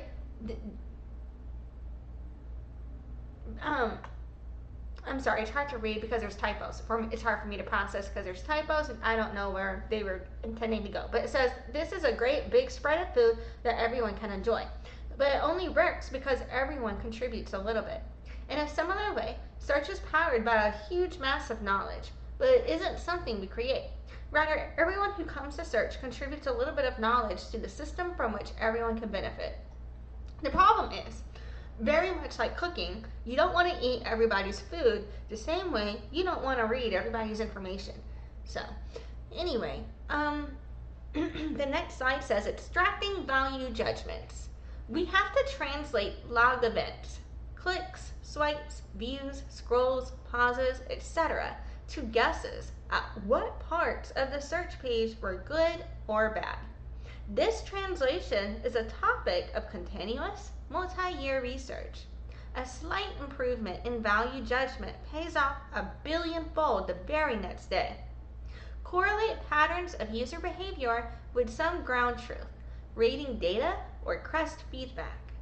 Growing user experience complexity makes feedback progressively harder to convert into accurate value judgments. And it's got a little frowny face. Okay,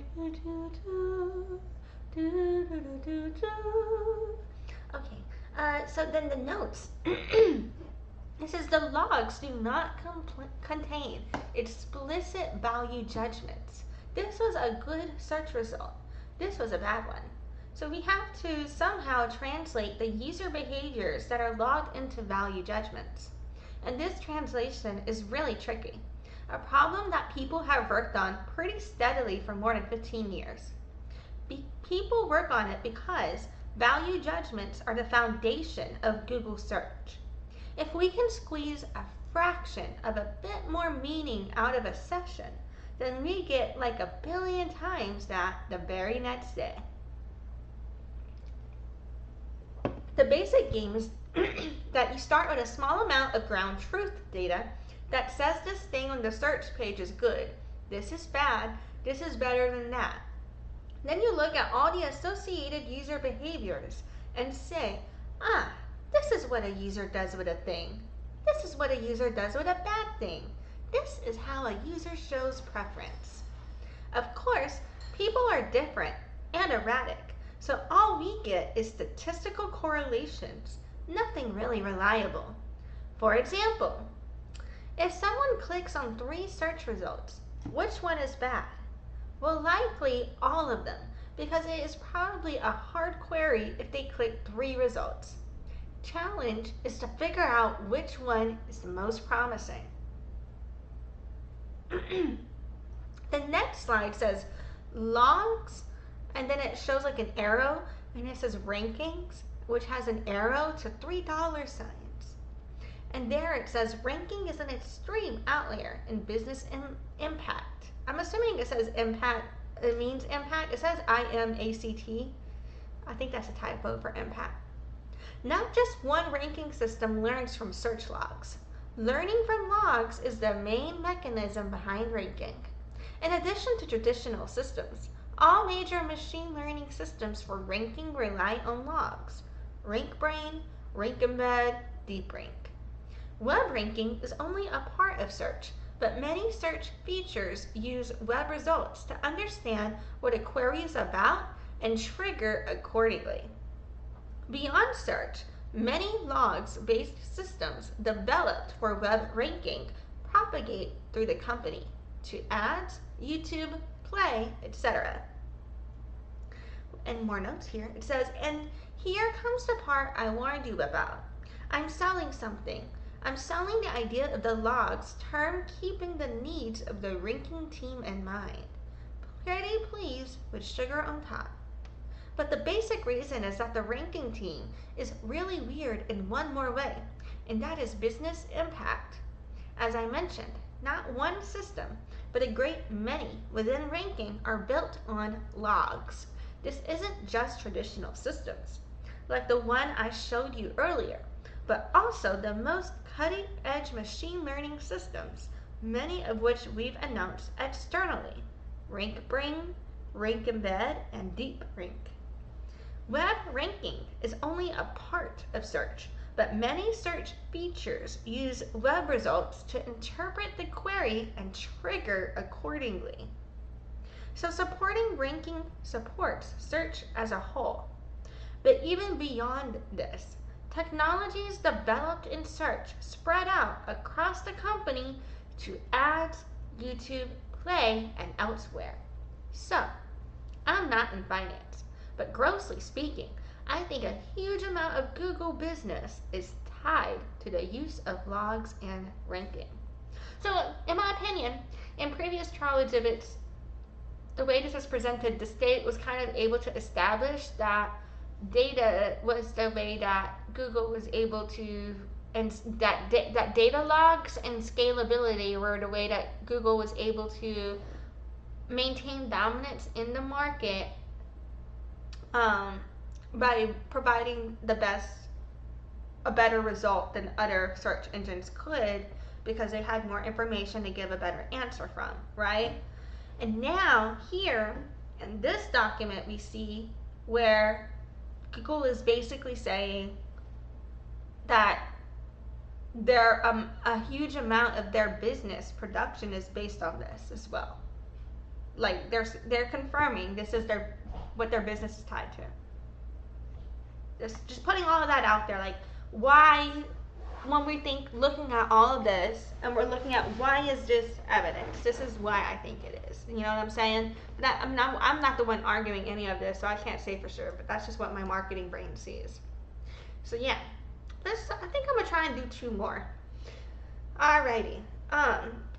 So now we've got UPX0220, Google presentation, desktop search comparative research. Why am I saying result?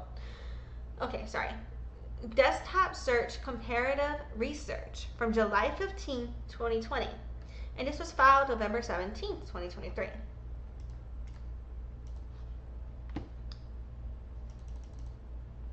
So, it's obviously partly redacted here.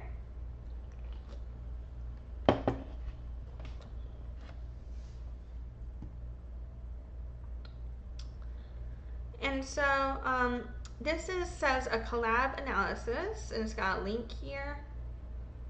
Then we have an executive summary slide.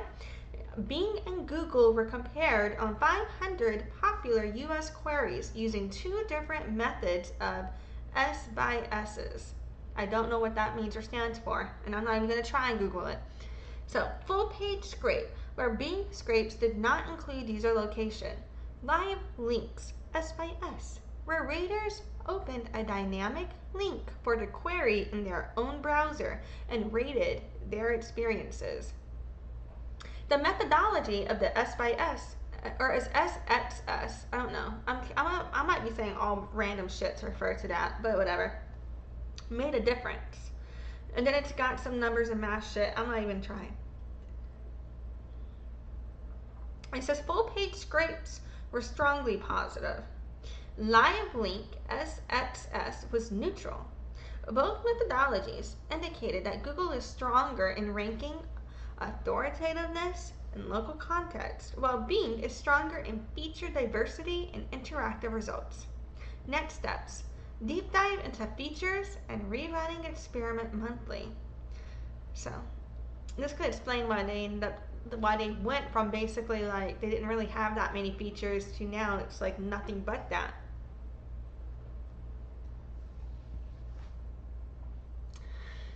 And then it says motivation and previous work. Motivation: quantify quality and feature gap between Bing versus Google. Previous work: in light of COVID, redacted and redacted looked at Bing. Bing COVID OSRP, redacted. Bing versus Google, full page scrape, and all that's redacted with an in-depth analysis of the experiment. And then it's got a link to a Google presentation. Then it says experiment design, queries. About 500 popular queries sampled from April through June 2020. Methodology: full page scrape template. No ads on Google. Scraped content captures what raters saw. Bing does not utilize user location. Results not interactive. Dynamic live links template. Bing shows results for the rater's location. Results will be interactive. No scraped content. So I don't have enough background on the experiment design to have much comment on it. Just letting you know what the fuck the slide said, man. Okay, and so then it shows mean S times S scores by search engine result page aspect is what it's showing. And then the chart is labeled out, but I can't really read it, you know, but I think it says, like, it has like a meme, says feature diversity, interactive results, content forward, freshness, page organization. I think, maybe I'm wrong. Suggestions, refinements, topicality, local interpretation, and authoritativeness. And then it shows like an overall mean XS score. I don't even know what the fuck that is, dude. I'm not even like, whatever. Bing is relatively stronger on features, feature diversity, and interactive results, and Google is relatively stronger in ranking, authoritativeness, local interpretation. So we kind of already, it's just repeating what was already said. And then it says, why are the two methods so different?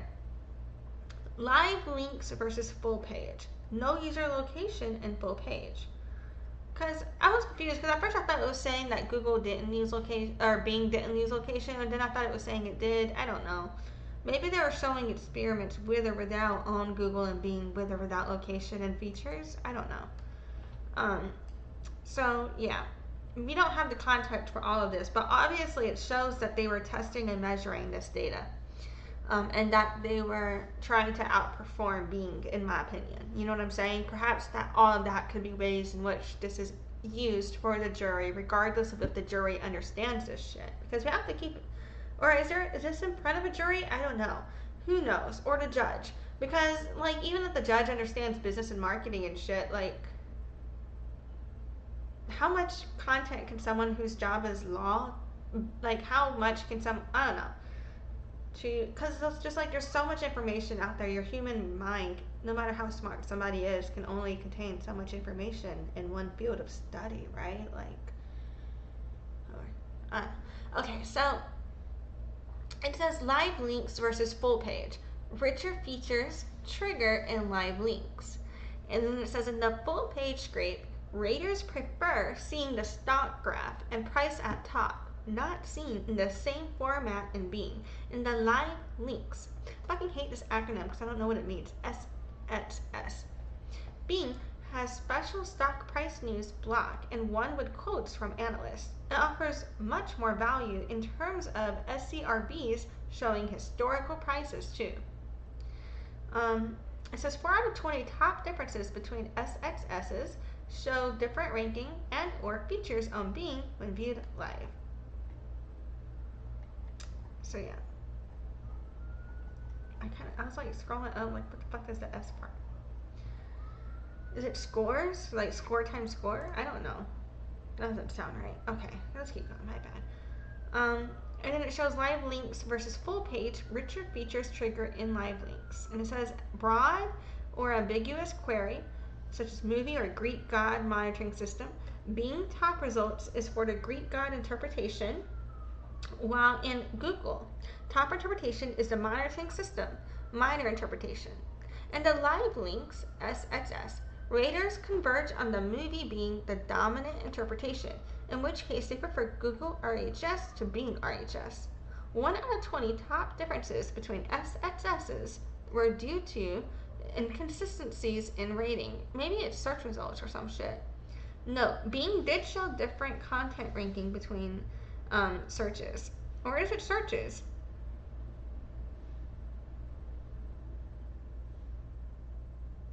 You really can't just type out searches though?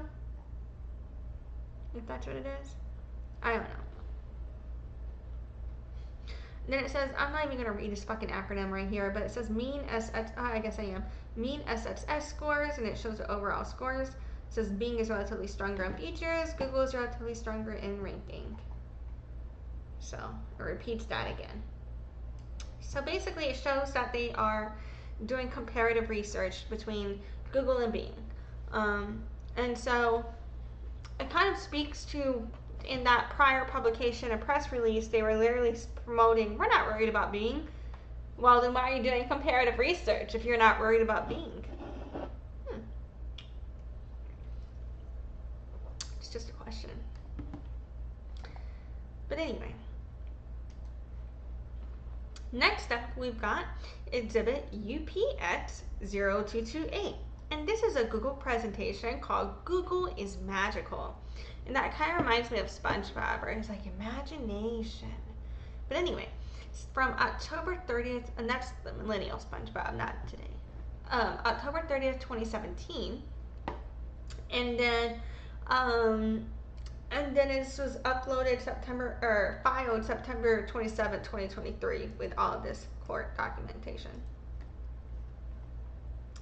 So, presentation says Google is magical. Google is sort of magical. For example, my coworker got a new TV, but it looked weird. I don't know how that's magic, but whatever. And then it comes back to this little, I guess, representation. It says, this is not how search works.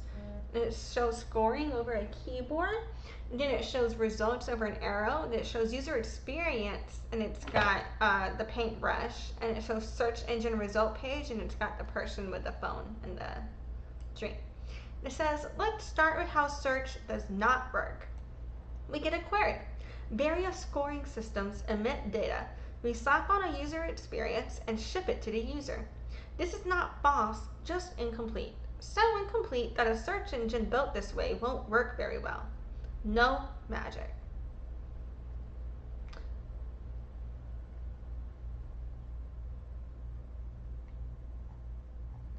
Now I'm wondering if that SX acronym means search experience. Okay, I'm sorry.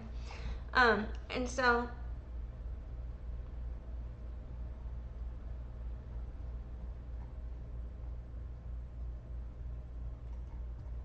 I'm sorry, I got distracted about where I was at. Alright, and then it says how search does work. And then it shows that same fucking graph again where it shows a keyboard, goes to results, then it shows the paintbrush with the paint palette, and it shows search engine result page over the label, and then it's got the little bitch in the wizard hat, and then it shows interaction, and then it shows wood, and then it shows learning, and then it shows back to the keyboard. And it says the key is a second flow of information in the reverse direction. As people interact with search, their actions teach us about the world. For example, a click might tell us that an image was better than a web result, or a long look might mean a key performance or something might mean a KP was interesting. I don't know what KP means here. We log these actions, and then scoring teams extract both narrow and general patterns. And it shows the same graph, but on top it says this dialogue is the source of magic. And it says the source of Google's magic is this two-way dialogue with users. With every query, we give some knowledge and get a little back. Then we give some more and get a little bit more back. Is this the same fucking thing? Didn't I already, but I'm pretty sure this is different. Okay, I'm out of it. These bits add up. After a few 100 billion rounds, we start looking pretty smart. This is the only way we learn, but the most effective. And then it says, how can we learn more from users? Users ask, Google answers. This is our core function. Can't screw this up. We must unobtrusively turn the tables.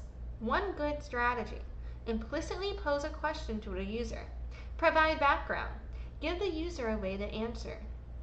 And then it says, so how do we learn more from users? On the surface, users ask questions and Google answers. That's our basic business. We can't screw that up. But we have to quietly turn the tables. One way is to 1. Ask the user a question implicitly. 2.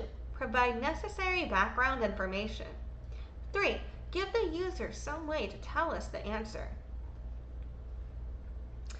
And then we have a search engine result page with links, and it says 10 blue links. Which result is best? Titles and snippets provide background. Answer is a click. For example, the 10 blue links implicitly posed a question. Which result is best? Result previews give background, and the answer is a click. This is a great user experience for learning. For years, Google was mocked for great search results in a bland user interface. But this bland user interface made their search results great. Image search. Which result is best?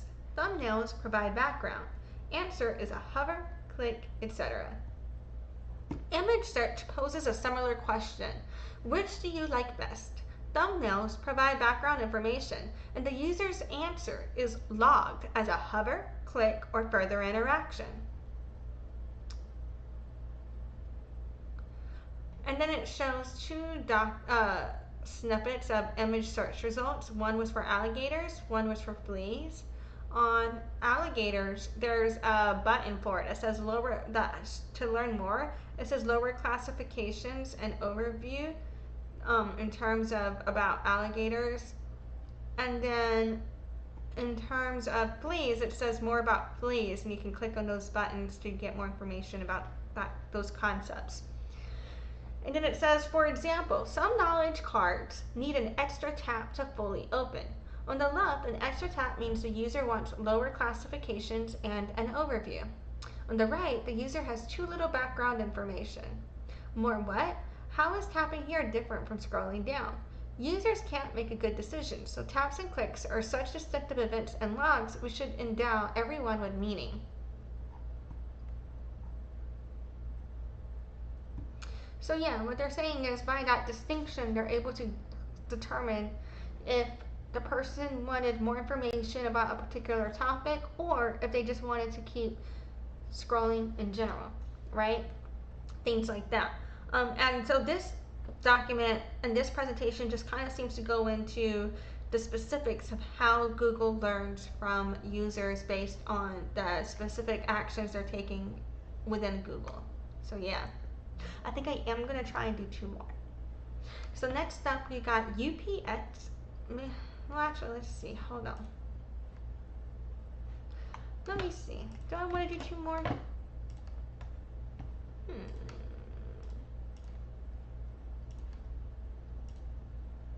You know what? Yeah. All right. I think we will. Okay. So next up, we've got UPX0235. And this is an email from Giannandrea, I don't know who the fuck he is, of Google, to Daniel Alegre of Google, replying about ISA, a working draft from today's meeting of August 23rd, 2016. You know, one thing, I wish these exhibits were in chronological order. I actually think that would help people who are reading this that don't know as much about marketing and everything like that understand it all better if it was in technological order, because you kind of have to understand or at least have been paying attention to certain things about search in order to really place the timeline of what was happening when and understand, like, for yourself, you know, all of that. But whatever. Anyway, I just feel like it would do better in terms of showing the evolution of this technology if it was in consecutive order. But at the same time, the way that they have it, the order that it's been, all of the trial exhibits are connected in this way and are related in this way, because I constantly find myself talking about a trial exhibit and I'm like, oh, but just now we just saw this, or this was a different thing. So maybe they do have it in this way for a reason, you know what I mean? But yeah, where the fuck was I? Anyway, so we're talking about this email from Giannandrea of Google to Daniel Alegre of Google about working draft from the meeting. This is from August 23rd, 2016. This was filed November 1st, 2023. So, and it says, what are they trying to learn exactly? They know which queries they hand off to us. So what data are they asking for? If it's which web pages people ultimately visit for a query, we would not share that ranking signal. JG. And he was replying to Daniel. And Daniel had written, privileged, reflects advice of European Council. Hi, Tamar, or JG. We met with Apple yesterday, and they had a new request on the dataset request section. They wanted it to be reciprocal, meaning that they wanted to know which links on Google.com results were clicked on, or how long it took to satisfy the user's query on Google. Their rationale is that they wanted to improve the user experience with this information. We gave them the clear heads up that we don't share this information, as it is key to our secret sauce, but we would discuss with you nevertheless. JG, we'll see if I can catch a few minutes of your time today or tomorrow to get your thoughts, but wanted to share their latest language ask. Daniel.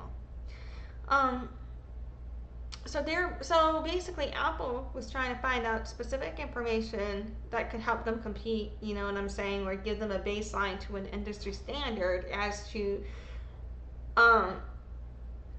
proprietary data and private data about the company, about their performance as it relates to the links for the search results getting clicked and how long that they were able to provide those answers. And the answer he was giving was like, why the fuck would they want to know any of that? Why the fuck do they think they're going, you know what I mean? And I think it would be so they could have a baseline of what they should be performing at, right? So John's just like, nah, because why would they need to have a baseline perform against us? You know what I mean? Like, he doesn't even want the competition. You know, in my opinion, I feel like that right there shows how this got admitted into the evidence, where they are saying, okay, we're not going to do anything in writing that could make it look like we want to outperform anybody, but then yet here we go. Yeah.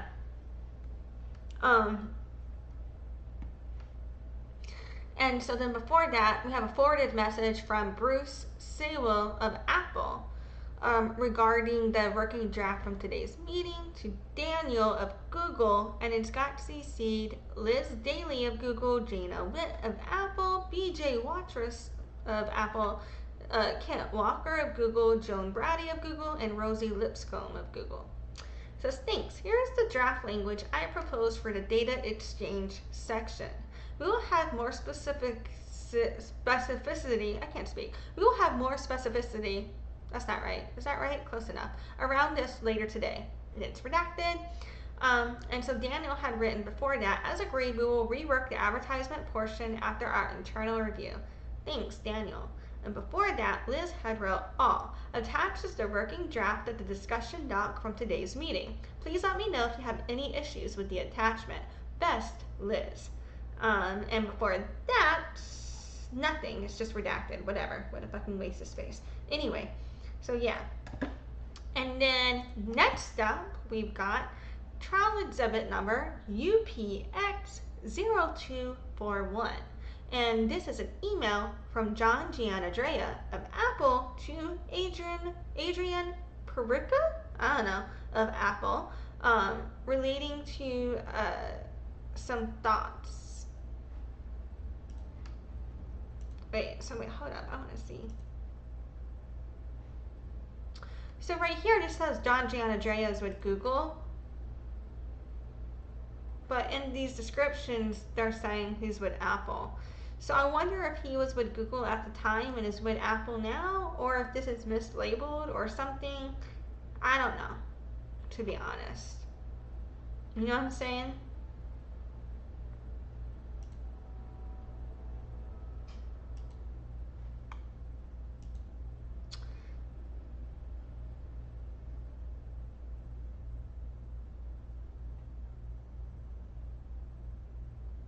Okay, I'm out of it. Okay, let's go back to this. All right, we're on UPX0240.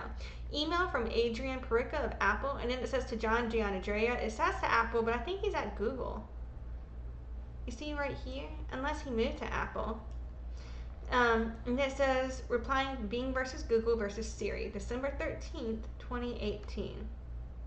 And this was filed November 8th, 2023. So a lot of this is redacted. Yippee. And so December 13th, 2018, Adrian, Apple had written, it's within this subsegment, however, that I'm testing my logic since the FY19 planning, I guess you mean fiscal year 2019, and this Microsoft diligence has raised for me the relative resource needs for this set of functionality. I guess what I'm saying is that I'm getting more attracted to your idea of collaborating on a knowledge base with Microsoft, or even just outsourcing those queries to Microsoft.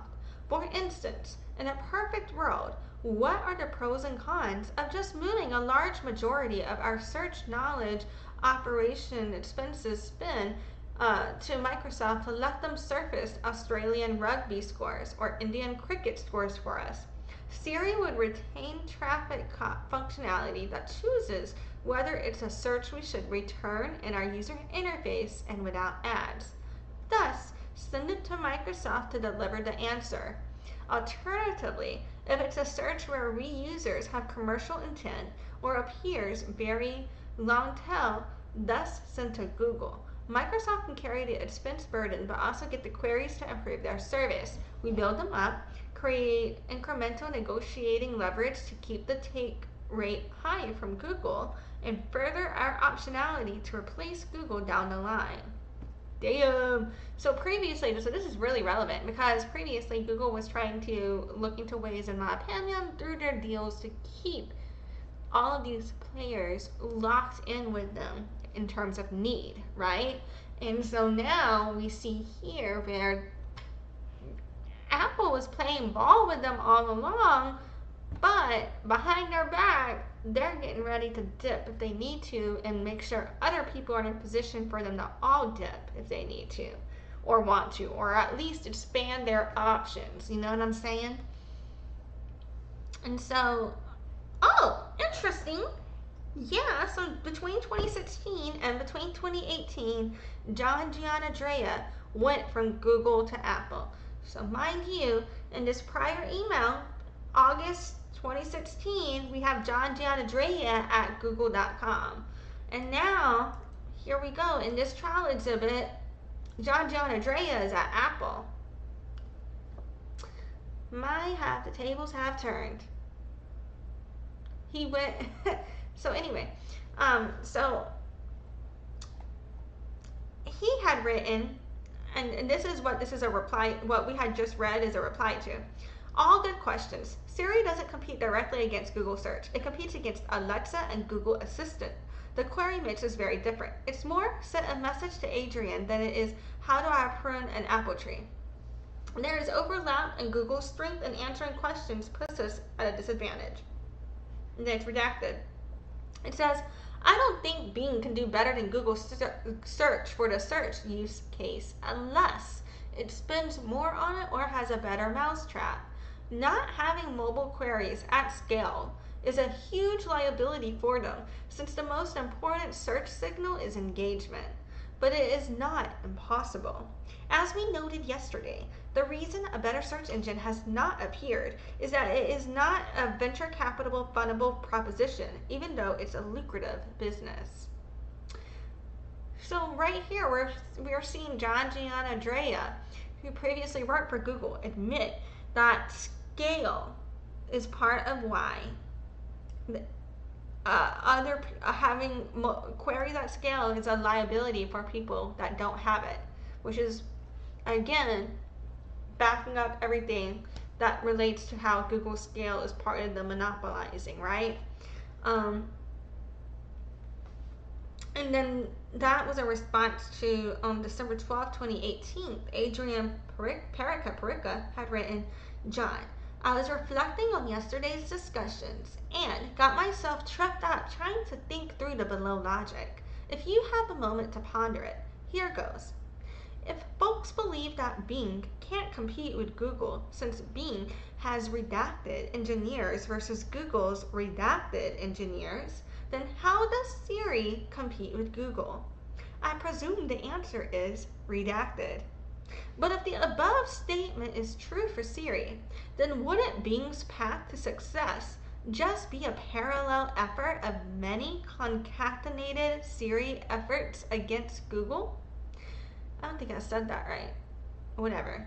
That is, many small teams working on specific parts of the query head, torso, and tail click streams to directly compete against Google.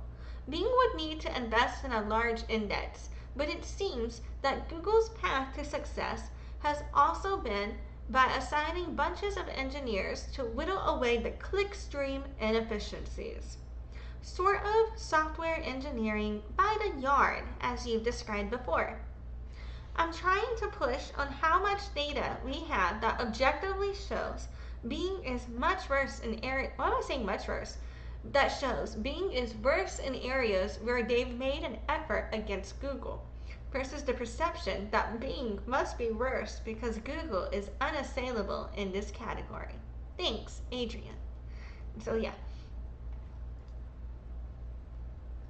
So now this puts us at 12 fucking exhibits that we covered today.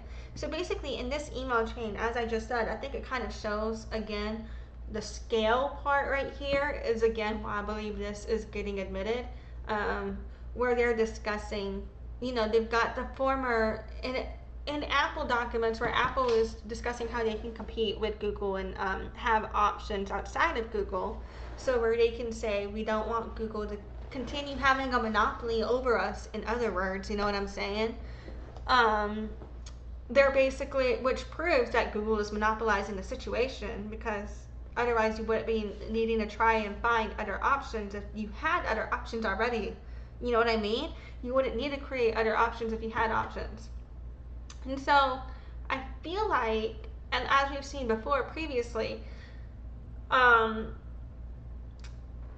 Google keeps saying no one's stopping anybody from creating other options, right? But in these exhibits, we see how there's all of these obstacles, and where they're literally saying because we don't have the scale already, even if we try and create it, we can, even though there's a theoretical ability to create another option, there's not the ability to have the time to scale at that level with Google, because Google had previously done all of these exclusivity agreements that prevented them from doing so, and now that those agreements aren't legal for them to do anymore, and now that they've kind of started to kind of like have some leeway with that, it's almost like it's too late, because Google has been able to scale for so much longer and in such a bigger way than everybody else, that how would anybody else keep up, right? And so this was also all written before AI got to where it is now. And I feel like AI has kind of been like a slap in the face to all of this in a way. But at the same time, not really, because Google uses AI. So, you know, it's all connected, but whatever. I accidentally hit the wrong button. So, next up, let's see. Yeah, I was thinking about whether or not to cover more right now, but I honestly don't think I can or should, because if I try to cover too much, I feel like I'm not going to be able to accurately sum it up. I'm going to just get confused. And so I feel like what I'll do is take a break, and then if I still feel like a good energy, I might do another live stream tonight or tomorrow or something, to keep doing some, because we've done 12 trial exhibits in this live stream. So I already did a summary on the first 6 exhibits before the break. So right now I'm going to do a summary on the second set of 6 exhibits real quick, and then I'll kind of summarize the whole live stream. And so the 6 trial exhibits that we've gone over, let's see, we started.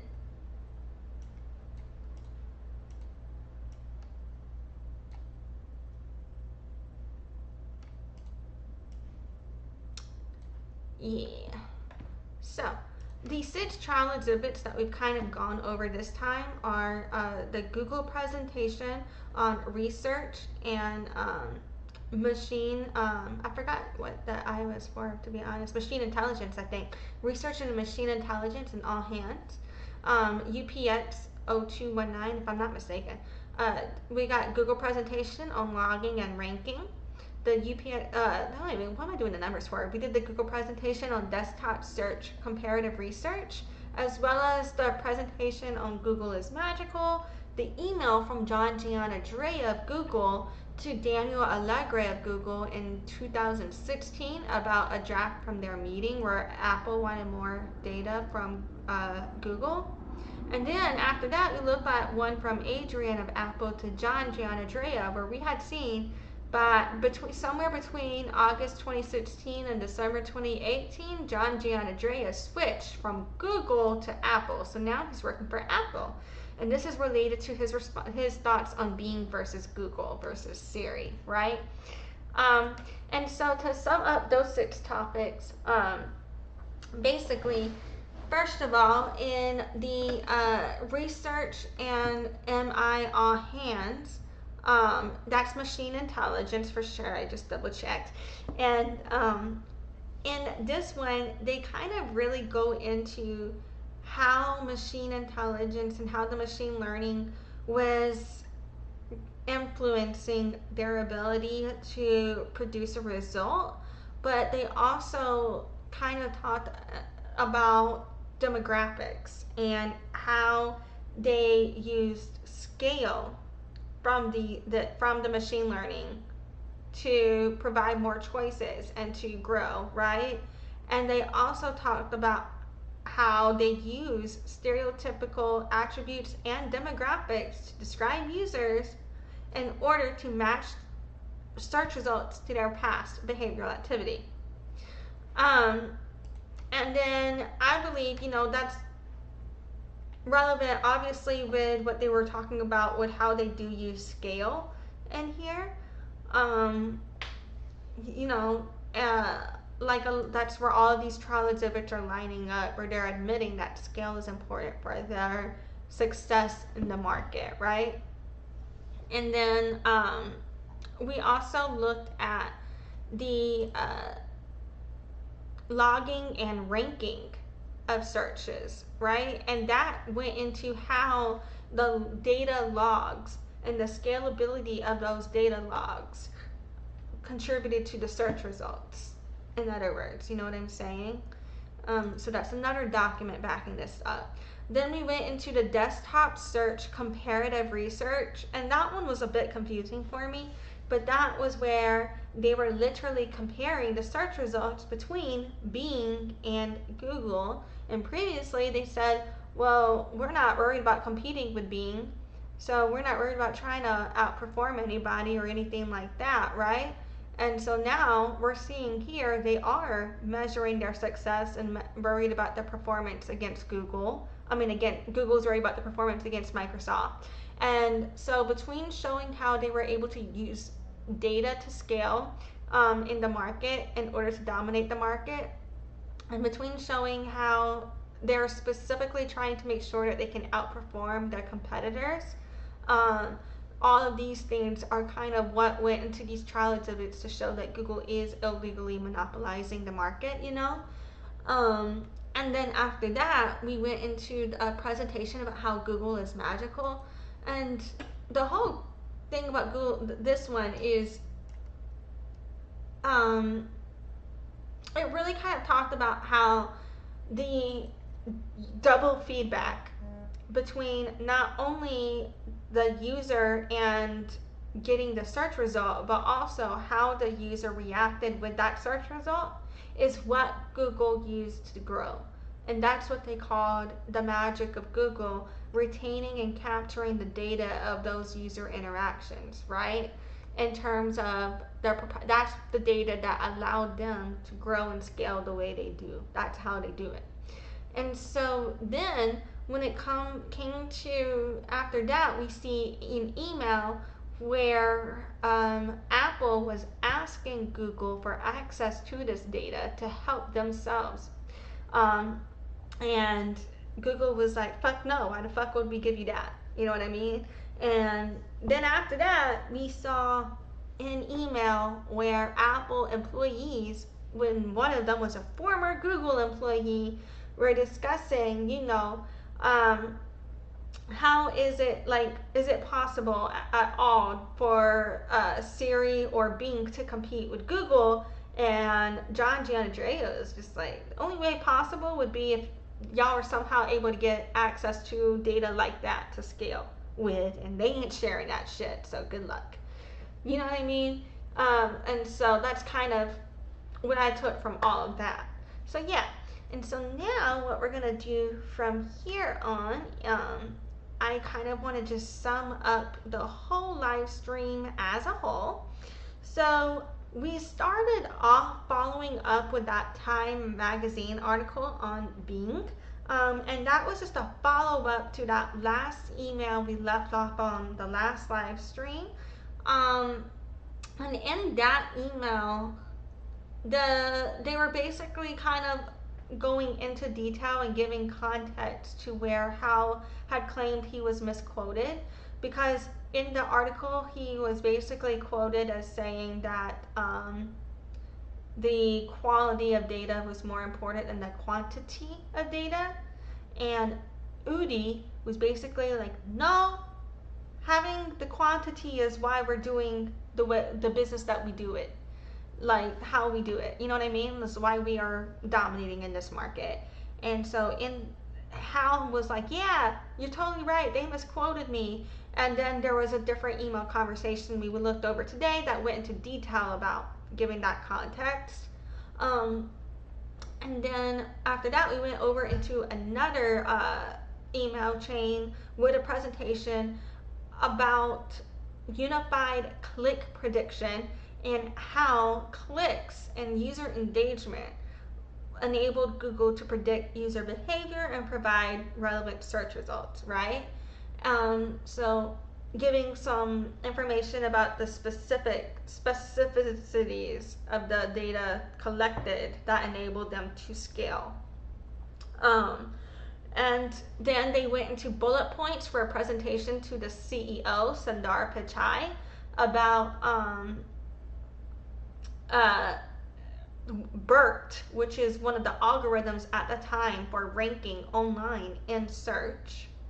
Then after that, they went through an email from Google employees, and in the email, they were basically saying, we need to make sure that we are outperforming everybody and think of ways to dominate this fucking market, right? And then they went into a presentation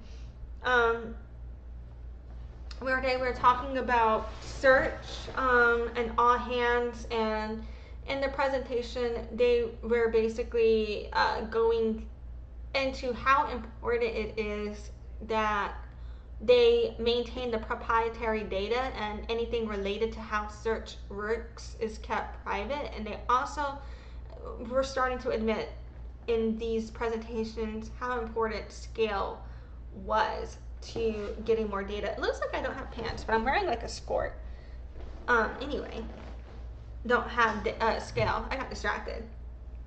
So okay, so after that, we went into another Google presentation on ranking for research and about the research of their that goes into ranking. You know what I'm saying?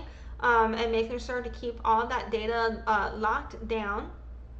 And I also want it noted that in these presentations, they were also saying, like, we make sure you do not put in writing in any way or form that we do anything to outperform others in search engines, because we don't do that here, basically, is what they were saying, something like that in writing in the presentations. But then also in all of this other communication, they were basically talking about ways they can make sure that they dominate the market, and then their competitors are talking about how they can't infiltrate, or they're having a hard time being a part of the market because of what Google is doing, right? And so all of this combined is what's being used to prove this is a monopoly. And then, yeah, where was I? We left off on ranking for research, I think. And then we did one on research and machine intelligence, all hands. And so that one went into more details about the machine indexing and machine learning at that time, and also went into detail about how data was collected and used to scale, and that's what the machine learning was learned from, was that scalable data, you know. And then we went to a presentation on logging and ranking that went into the importance of how logging all of these different elements of user behavior went into having data to scale to monopolize and dominate the market through. And then we did the presentation on the search comparative research between Bing and Google. That was really confusing for me, whatever the fuck. But basically at the end result, they were saying at that time they felt like Bing had more features, and Google, even though they had more data and better search results, they needed to have more features to compete. And then they went into that presentation about the magic of Google, And that kind of was really discussing how the feedback loop of the user behavior was what enabled Google to scale at large to where they are now. After that, we went into the email from when Giannandrea was still working for Google to other Google employees, where he was basically saying they're not sharing any data with Apple because why the fuck would they do that, right? And then we saw the other email chain where now Giannandrea works for Apple, and with Apple and coworkers, he was saying, yeah, nobody's going to be able to outperform Google unless you're able to get access to information to scale with the data in the way that they have. So yeah, so that sums up everything we discussed today. I'm going to wrap this bitch up and do some self-care, take a break, and then think about whether or not I'm going to live stream now, later tonight, or maybe tomorrow or something. I don't know. But I may or may not live stream if I can muster up more energy. But I'm going to go live my life for a bit. Thank you for joining me today. Thank you for staying with this clusterfuck of a live stream. We have done 12. We had started off with having done 54 trial exhibits when this started. We've done 12 trial exhibits in this live stream. So that now puts us at 66 trial exhibits. So that's 66 trial exhibits covered, which is pretty cool. But a lot. But yeah, and I'm pretty sure they've got like over 100, if I'm not mistaken. I didn't really count. But I don't know. So yeah, thank you for joining me today. I appreciate you. And I will see you whenever the fuck I see you, I guess. So yeah, bye. Thanks for watching. Join the loyalty program at noladeafchild.com/loyalty and check in during live streams to get points for rewards.